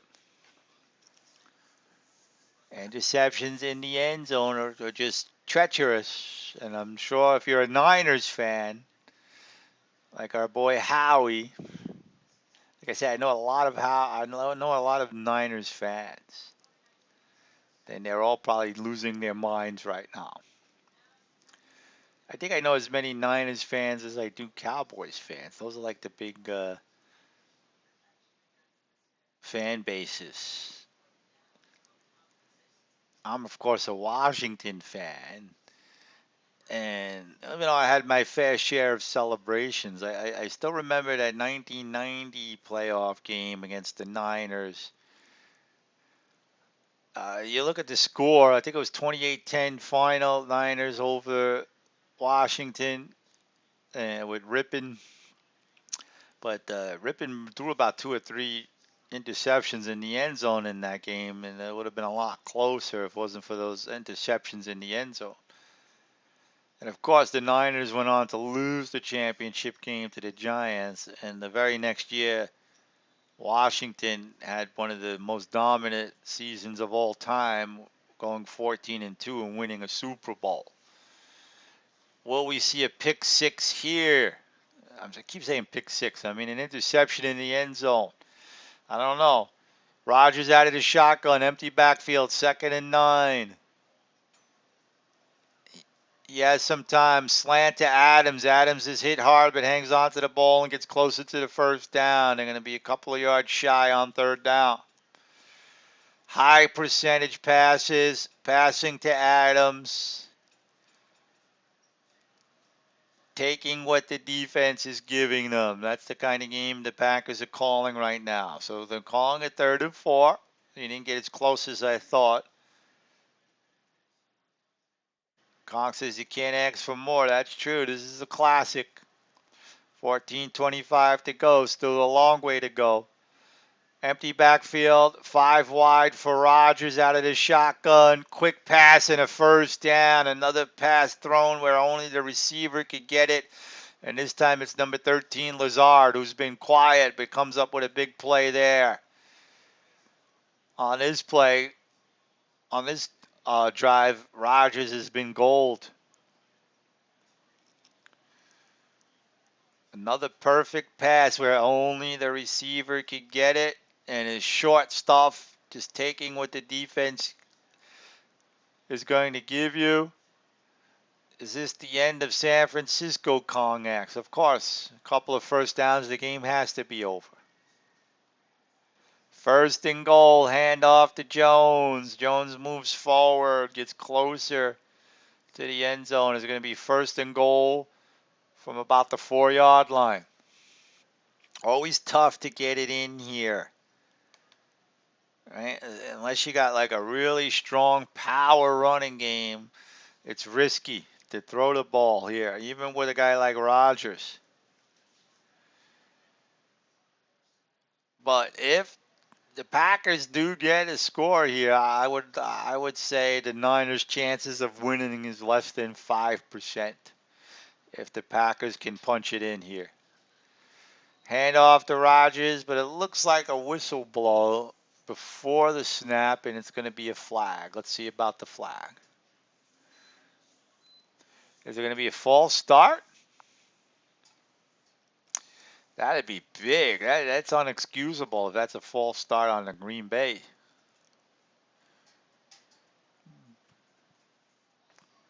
And it is. Pre-snap penalties when you're deep in your own end zone at home. Deep in your own territory, I should say, at home. That's inexcusable. Rodgers looks like he wants to kill that guy. Wow, so that makes it a much tougher 2nd and goal. We're at the 10-yard line. Rodgers out of the shotgun. One man in the backfield. Snap is good. Quick short pass to Jones, and he falls down. 3rd and goal from about the 7 or 8. This would be monumental if the Niners could force them to take 3. As I said a few minutes ago, and that was a bad pass that time for Rodgers. Jones had to go back and catch it, and that made him fall to the ground and not be able to do anything after the catch. Empty backfield, 5 wide, shotgun formation, 3rd and goal. Looks like we're still on the 10-yard line. Pressure coming, and Rodgers is sacked, so the Niners keep it a game. Field goal attempt, 12 minutes to go.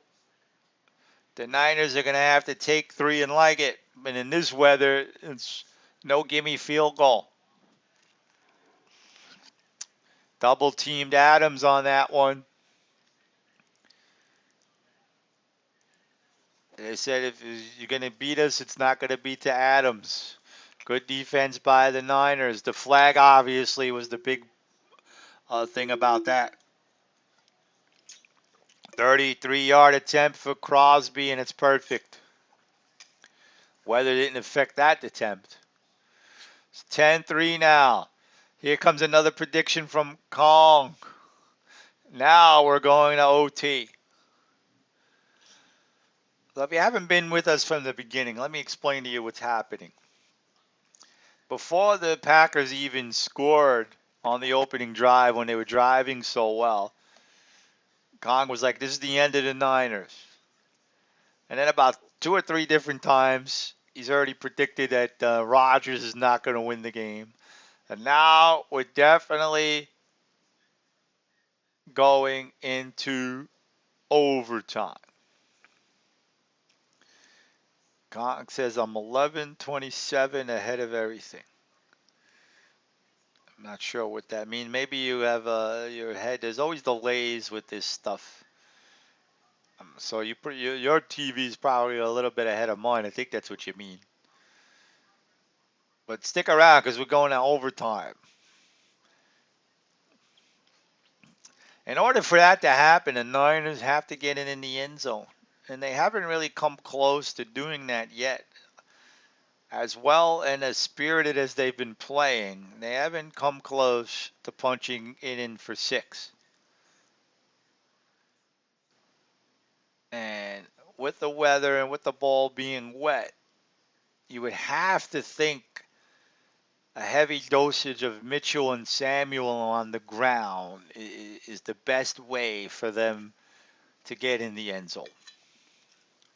And the Niners have also done a very good job of returning the kicks. Let's see what kind of kick return they could get now.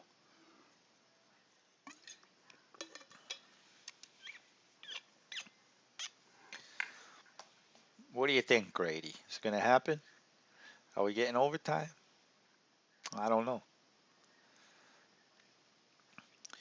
We did get what we desperately needed, though, a fantastic football game. That's, regardless of how it ends, it looks like it's going to go right down to the end. I still sense a big turnover in this game. Not sure if it's going to be the Niners that turn the ball over or the Packers, but I certainly sense it. I thought it was going to happen on that drive, but Rodgers proved me wrong. Obviously, he didn't complete the job. LaFleur didn't complete the job of getting in the end zone. But a big contributor to that was a false start in goal territory. Another short kick. It's going to be returnable for Samuel. Gets close to the 30. Not as spectacular as before, but the Niners will take it. They haven't been inside the 20 yet. A-Rod, because A-Rod's got to be everywhere. You know, he's like shit. You can't escape him.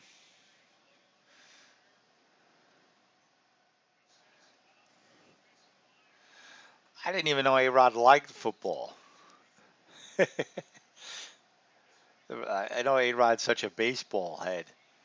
All right, here we go. Garoppolo under center. 2 men in the backfield. They're definitely going to try and get the running game going based on this package.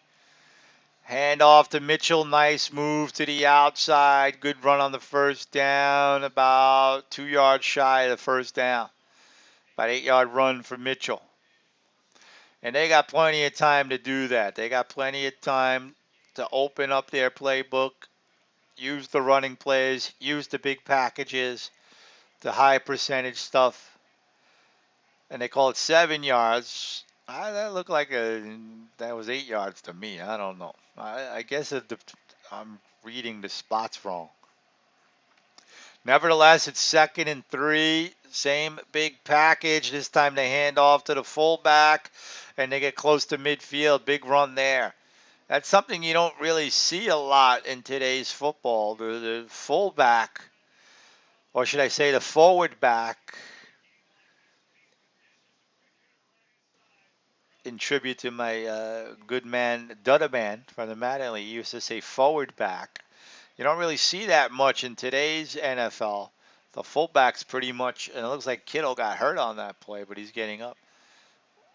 Fullback has pretty much been extinct, but they got a good first down run out of that there. Now Garoppolo's out of the shotgun. One man in the backfield. Jennings in motion. Snap is good, but the pressure's coming. Garoppolo gets rid of it. Mitchell catches it, but he's going to be stopped behind the line of scrimmage. And I just don't understand that. Why get cued out of the shotgun when you were doing so well out of the big packages on the ground? It just makes no sense to me. Where I was killing LaFleur, it looks like Shanahan's responsible for some questionable calling here. I don't understand that play. Not when you were running the ball so well. And if you did want to throw it, stay in the big package and use a play action. And here we go again, 2nd and 11. Garoppolo once again out of the shotgun. And pressure's coming again, and he's probably going to get called for intentional grounding there. Incomplete pass. He just got rid of it when the heat was coming. But he wasn't throwing it to anybody. That should be an intentional grounding flag. After 2 solid runs, the Niners are falling apart. I don't get it. And it doesn't look like he's going to get hit with an intentional grounding. But it's going to be 3rd and 11. Niners are at about midfield. Two bad calls there by the Niners. Didn't do themselves any favors. Now they find themselves in 3rd and 11. I would go for a screen here. A little screen pass. Oh, now it looks like time has been called, I think just to add more time to the play clock. 3rd and 11. Questionable play calling puts the Niners in a position where they got to complete a 3rd and 11. I would go screen here and try and get my blockers to do something. The heat's going to be coming. I don't trust Garoppolo in his position. Let's see what they do. Jennings in motion. Garoppolo out of the shotgun. Pressure's coming again. Garoppolo gets it off to Kittle. He proves me wrong, and Kittle goes down for the first down and then some. Clutch throw by Jimmy G.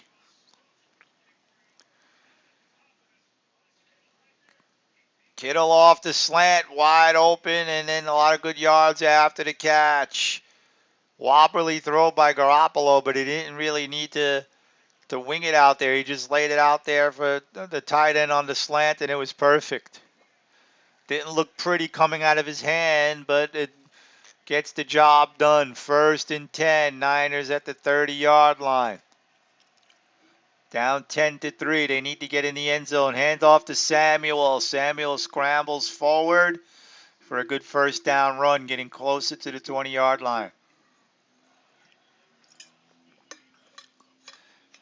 For the first time in this game, Garoppolo makes a clutch throw, and it was actually caught. He made some good throws earlier in the game that were dropped, especially that one by Kittle. But Kittle's more than made up for it. He made a fantastic one-handed catch earlier in the game, and that was the biggest play of the Niners season right there. 2nd and 5. Garoppolo under center. Big formation. I formation. Man in motion. Hand off to Mitchell, but he's met in the backfield. And that's why you don't see a lot of teams running the big and the running game like that, because it's very hard to sustain in today's NFL with the speed of the defenses.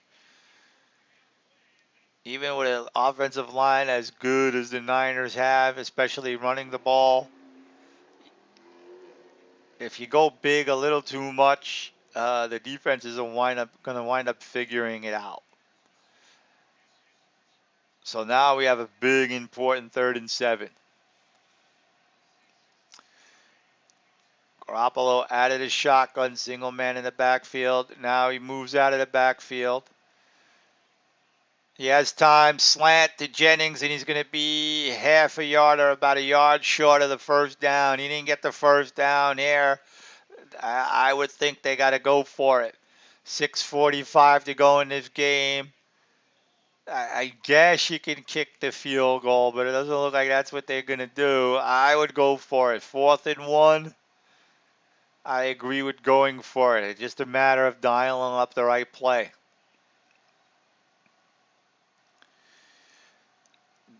Throughout the course of the year, the Niners are 10 for 20 on 4th down. 4th and 1. Looks like they're going to try and run it. Hands off to Mitchell, and then Packers are all over it.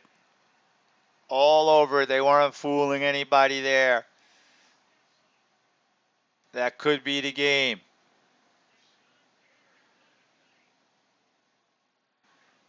That could be the game. I don't know about the big package there. I would have ran it, but I would have tried to spread it out a little bit more.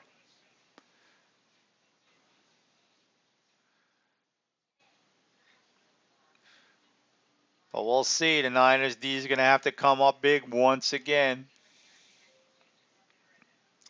The second guessers are going to have a field day on that. I don't think you could second guess going for it, but the play call was a little questionable. If you wanted to run it, I think you needed to feature some kind of a threat spread out too, because it was a long yard. Was it inches? If it was inches, they probably would have just QB sneaked. So what all this means is Mr. Rogers is much closer now to getting to another championship game. Excuse me. He just has to take care of business with the possession. So how many I'm trying to think of all the Niners fans I know. My ex-brother-in-law, Niners fan.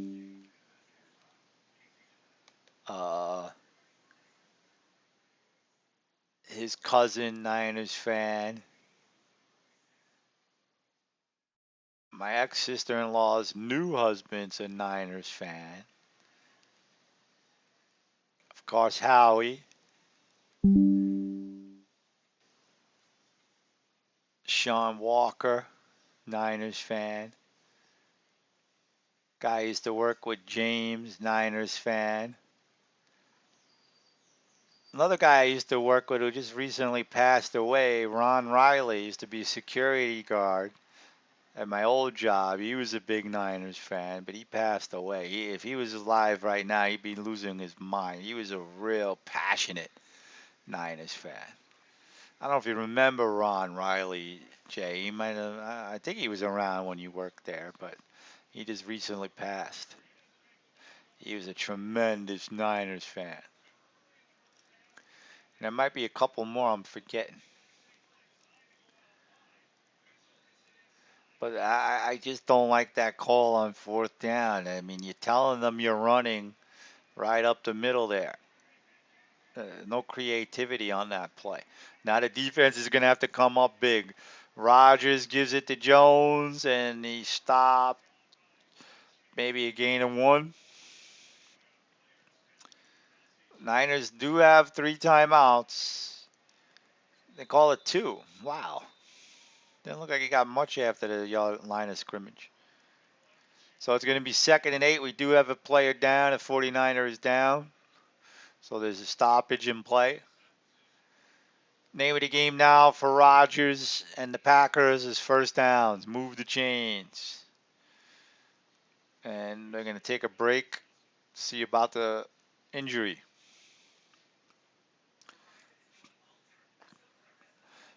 So, yeah. And the only Packers fan I know is my wife. I don't think I know any other personal Packer fans.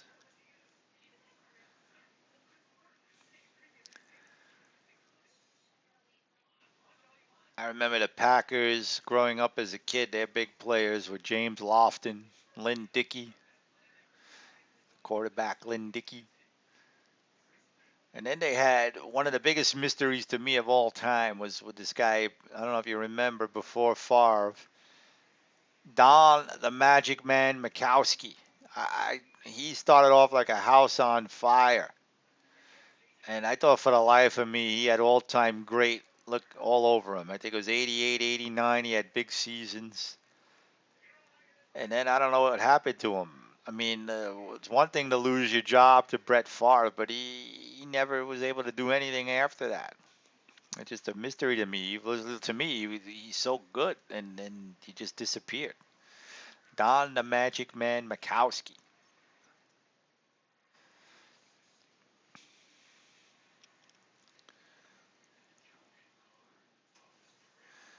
Who passed?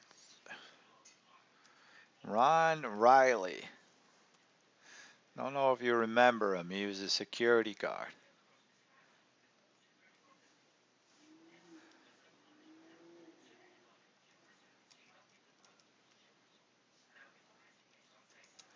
He was retired a few years, but he was always a passionate 49ers fan. I mean, he would be livid. He hated the Giants and he hated the Cowboys. And obviously, the Niners and the Cowboys have that history. I mean, the Giants too. Niners and the Giants played a bunch in the postseason.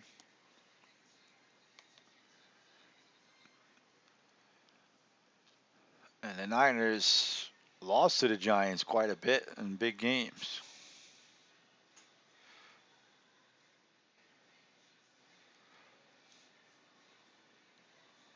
So,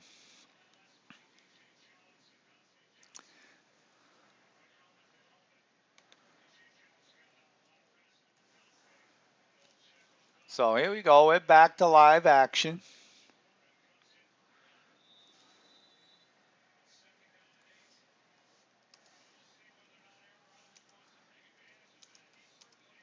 So, a really questionable fourth down call by the Niners. Not to go for it, but the call. And we see now the snow starting to accumulate a little dusting on the field.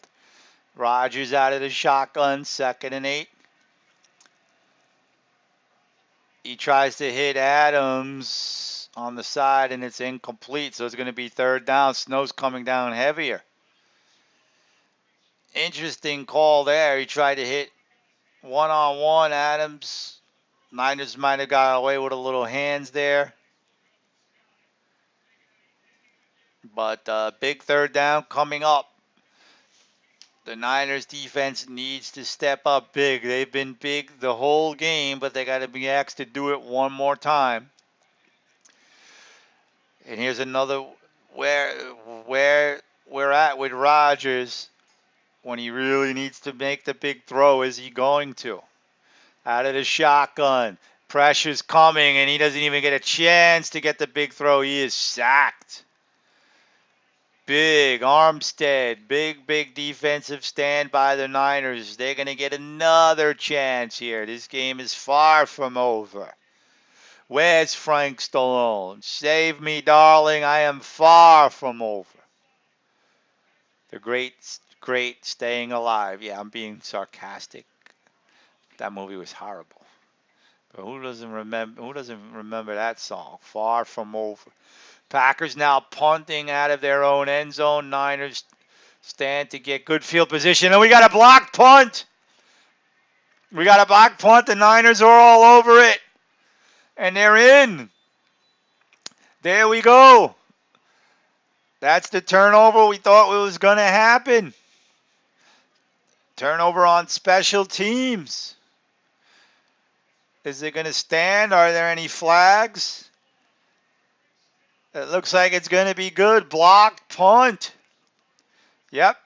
Special teams with the play. I sensed that you kept talking about it. Turnover. But on special teams, remember, they already blocked the field goal as well. Tremendous. Everybody's showing up to the party for the Niners. They're really picking up the slack for the offense. Extra point now is good.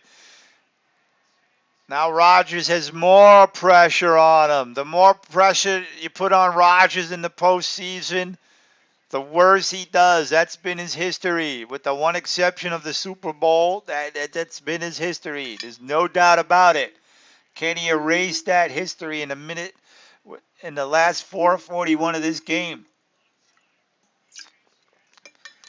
Obviously, you can't blame him for this, but now he's got to be the leader and take the momentum back. He's got to pick up the slack for this special teams turnover. Can he do it? Unbelievable. Look at Rodgers. He's so mad. Well, now, big boy, you got to do it. You're in your elements. You got your crowd. Let's go. Are you going to let this Niners team beat you? Tremendous. Just when you thought this game couldn't get any better. 10-10, 4:41 to go. Incredible. I was thinking, all right, what kind of field position is the Niners going to get? Yeah, I knew there was going to be some kind of score on a turnover, Kong. You kept saying it too, but I wasn't thinking special teams, but that's exactly what we got. So here we go. Niners are going to kick it off. Probably the biggest pressure moment of Aaron Rodgers' career coming up. I wasn't thinking block punt at all. I got to confess. I was focused on where the field position would be for the Niners and how could they overcome their offensive deficiencies that have been so prevalent in this game. But now we don't have to worry about the Niners offense for the moment. It's the Niners defense who's been picking it up drive after drive. So what can Rodgers do to cool it down? It can't just be the weather. You got your weather and you're still in a tight game at the end. Rodgers out of the shotgun. Niners coming with pressure. Aaron is on the run looking for somebody. He just throws it away. Nothing was there for him. Flag on the play. It can't be intentional grounding. He was out of the pocket. What's the flag going to be? This is an important flag. I don't think the NFL likes Rodgers like Brady to give him flags. Yep, flag on the offense. There's certain people that get the flags, and Rodgers has never been one of them. Brady, yeah, but not this guy. They don't like this guy. So 1st and 15. I don't know if I would have took the penalty. I might have declined that to make it 2nd and 10, but they take the penalty. 1st and 15 out of the shotgun, single man in the backfield. Rodgers quick pass to Adams, but he stopped right away a few yards after the first down. It's going to be 2nd and long.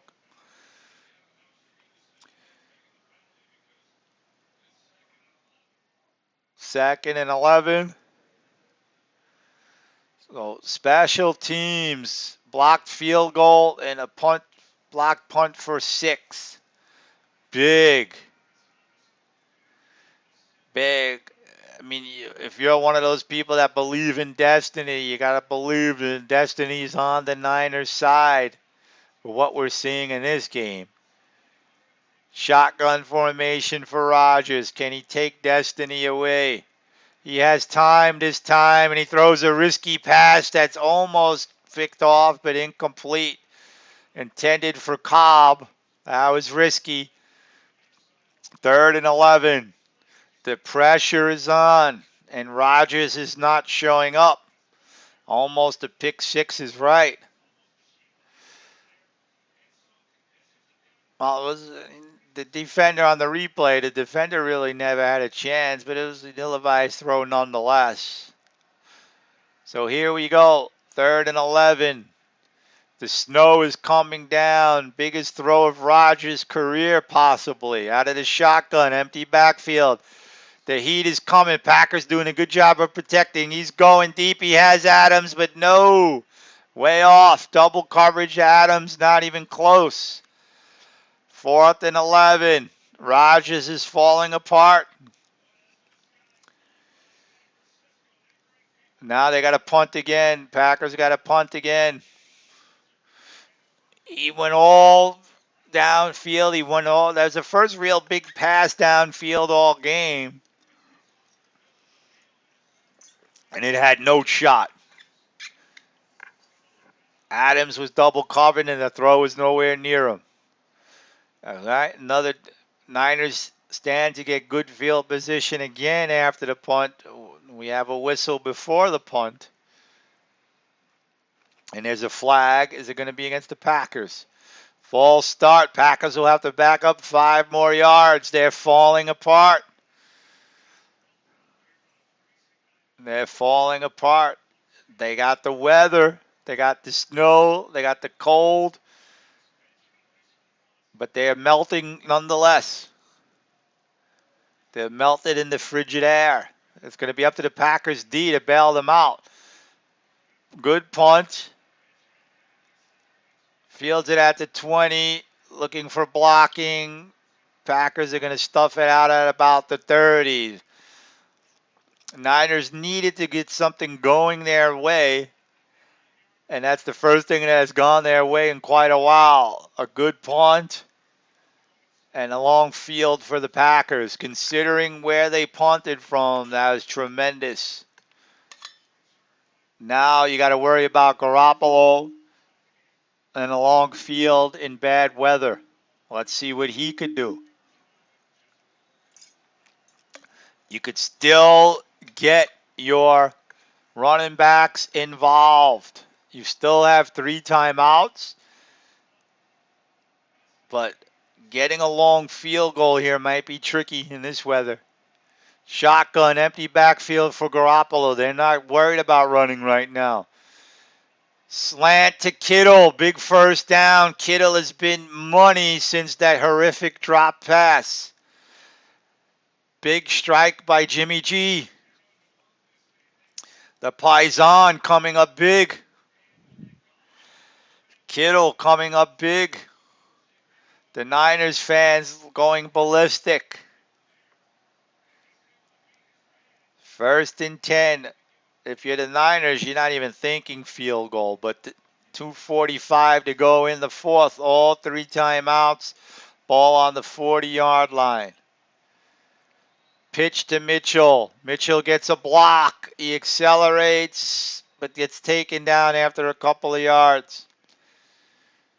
Call it 2nd and 6 or 7.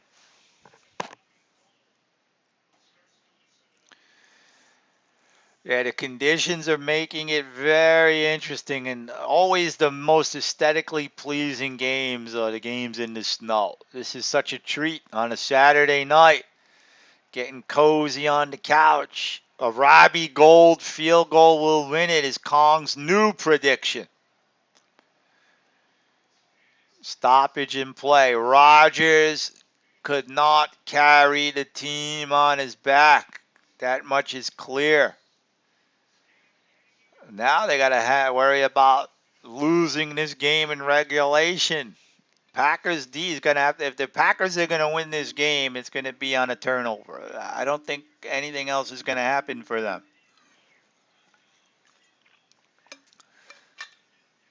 If you're Shanahan, what do you call?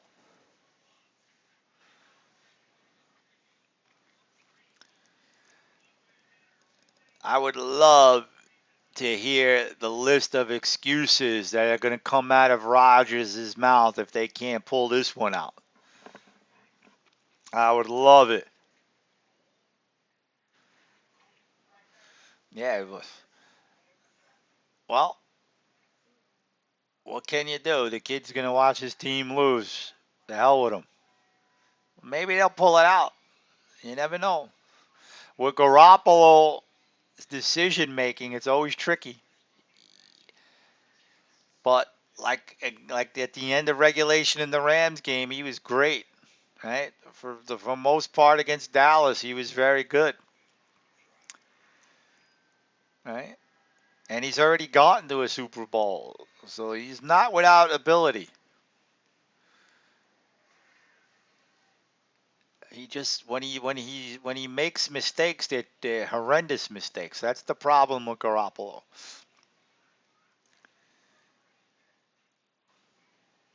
And we haven't seen. Let's see if we get a little Deebo Samuel at the end of this.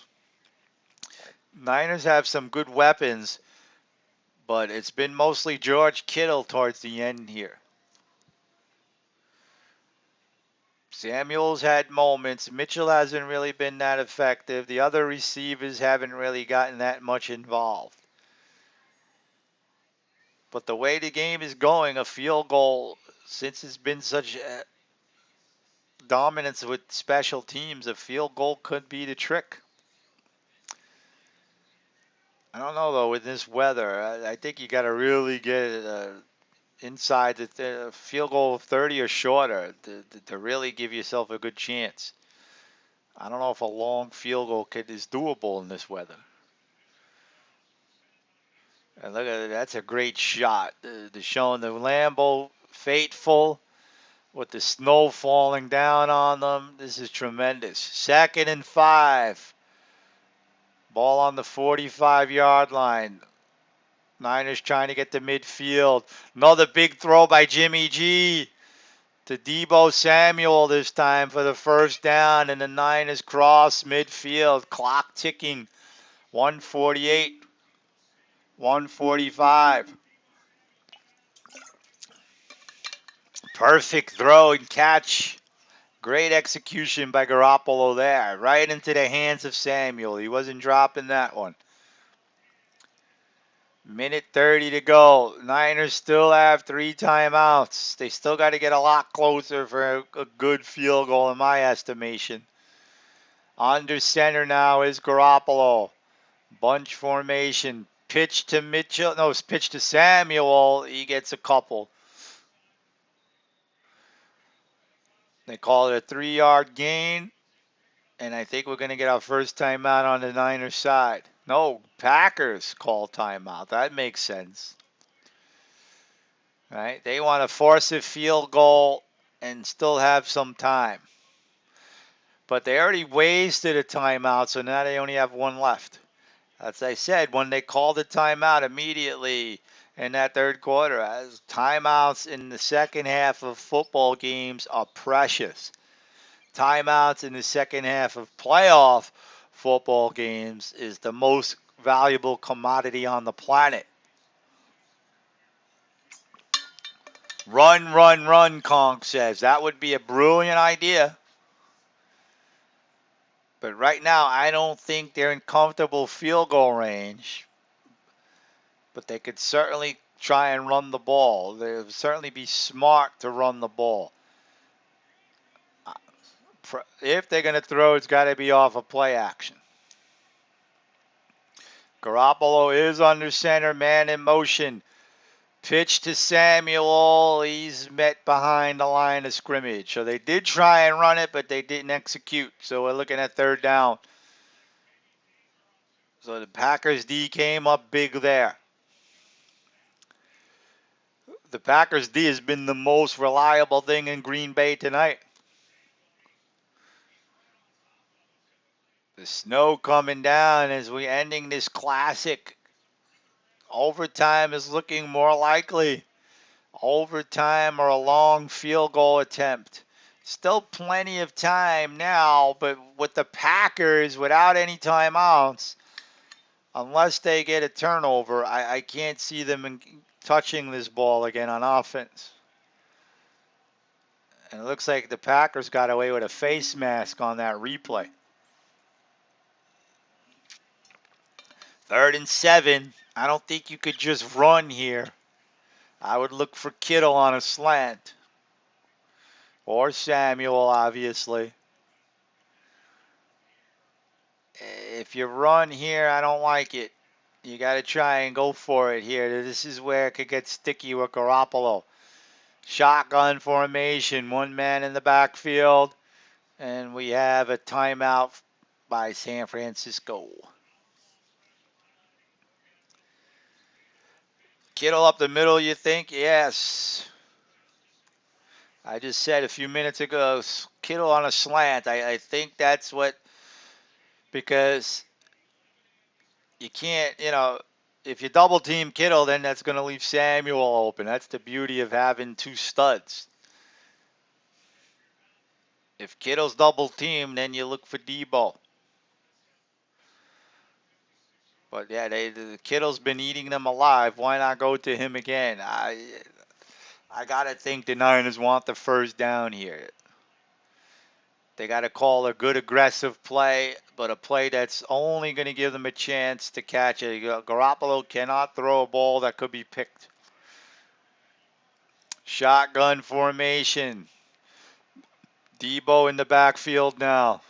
Two men in the backfield. Number 44 goes in motion. Hands off to Samuel. Samuel gets the first down. We were wrong. They get the first down with the legs of Debo. Brilliant call. Debo is wobbling though.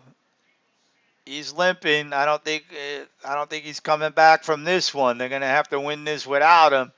He's hopping on one leg. It looks like his right foot is dead. That was some tough running, and it looks like he hurt his right foot. But unbelievable first down run. Now the Niners are in the driver's seat. 23 seconds to go. Hand off to Mitchell. He barrels forward, and the Packers stop him. 13 seconds to go. This is going to be a tough field goal. I realize now this is what you got to do. Run the ball, play high percentage, and try and win it with a field goal. But you got to keep in mind the weather conditions. But that run by Samuel was huge. And you got to wonder about him. I don't think we're going to see him the rest of this game. Yeah, it is far. I don't like it. I don't like this field goal attempt, but do you take the chance and try and throw here? You do have one timeout, so you could certainly air it out to get closer, but let's see. Especially with Samuel not in the game, that limits your options. Big package, two men in the backfield. They're definitely going to try and run it. Hand off to the fullback for a couple of more. It's going to be about a 44-yard field goal if I'm counting right.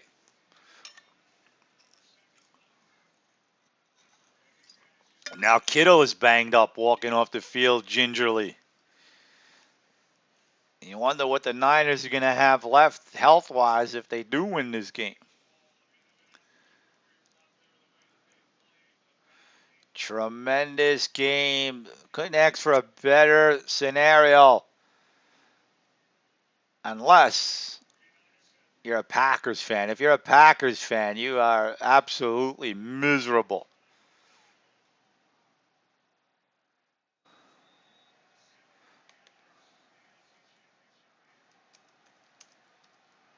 Here we go.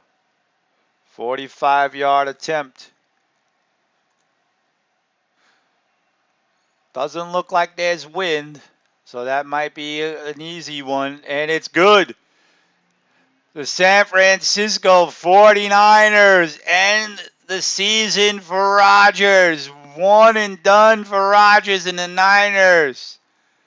Will be in the championship game. Start getting those excuses ready, Buck Rodgers. I can't wait to hear them. You're an absolute joke in the playoffs. Tremendous game by the Niners. You can never count them out. I told you when I was doing the Rams game, The Rams will be doing the entire NFL a big favor if they could knock the Niners out. They couldn't do it, and look, the San Francisco 49ers are going into the Final Four. Don't anybody ever try to tell me my business again. Unbelievable. I mean, how many times is this guy Rodgers going to lose in the playoffs before we don't want to hear him talking anymore? This is exactly why he won't be on my top 10 list of all time. Unbelievable. Now, if you look ahead for the Niners, what's the health of especially Samuel? They need Deebo Samuel next week. Well, they know they're traveling. They know they're either going to travel to Los Angeles or to Tampa Bay. Unbelievable. Look at Rodgers. Goodbye. And Conk says, I think LA will upset Tampa Bay. I already predicted that. On Twitter, I said it. I said the Niners are going to win. So far, I'm 1-1. I got the first game wrong. I thought the Titans would win. But my predictions for the week, which is on my Twitter feed at Zoot Sports Talk, was the Titans, the Niners, the Rams, and the Chiefs. All right. So we'll see. We'll definitely see. It's going to be some great stuff tomorrow. An unbelievable game. And please don't tell me about Aaron Rodgers being one of the greatest quarterbacks of all time anymore. He had everything going his way. Home field advantage, bad weather, packed crowd. What everybody would say is a much inferior quarterback on the other side of the field. And the best he could do is an opening drive touchdown and nothing else the rest of the game. A lousy field goal. What a joke. What a joke. And I'm not surprised at all. I had the Niners winning this one all week. And with the exception of that opening drive when they went down the field so easily, I never really wavered. I never thought that the Niners were out of this game. I mean, when are people going to learn not to count this team out? Tremendous, tremendous, tremendous. Now, maybe we could see around this time now is when Gary Russell should be entering the ring. Yep, Gary Russell has not started yet, so I'm going to sign off, watch a little boxing to end Saturday night. And next week we'll have some vintage boxing. Still haven't decided yet of what I'm going to show. Probably will be Wednesday night, but I'll post that on the schedule, and we'll definitely be here for one of the championship games next week. Thank you all for tuning in to Zoots Sports Talk, where we brought you the divisional playoffs straight up with no twists. Remember to follow me on Twitter at Zoots Sports Talk. Give a follow to the Twitch channel too if you liked it. And everybody enjoy the rest of your night. Kong and the Rams tomorrow. Rams win. They host the championship game. That's the only way that could have happened is if Rodgers shit the bed, and that's what happened. Take care, and signing off now, Zoot. Zoot out.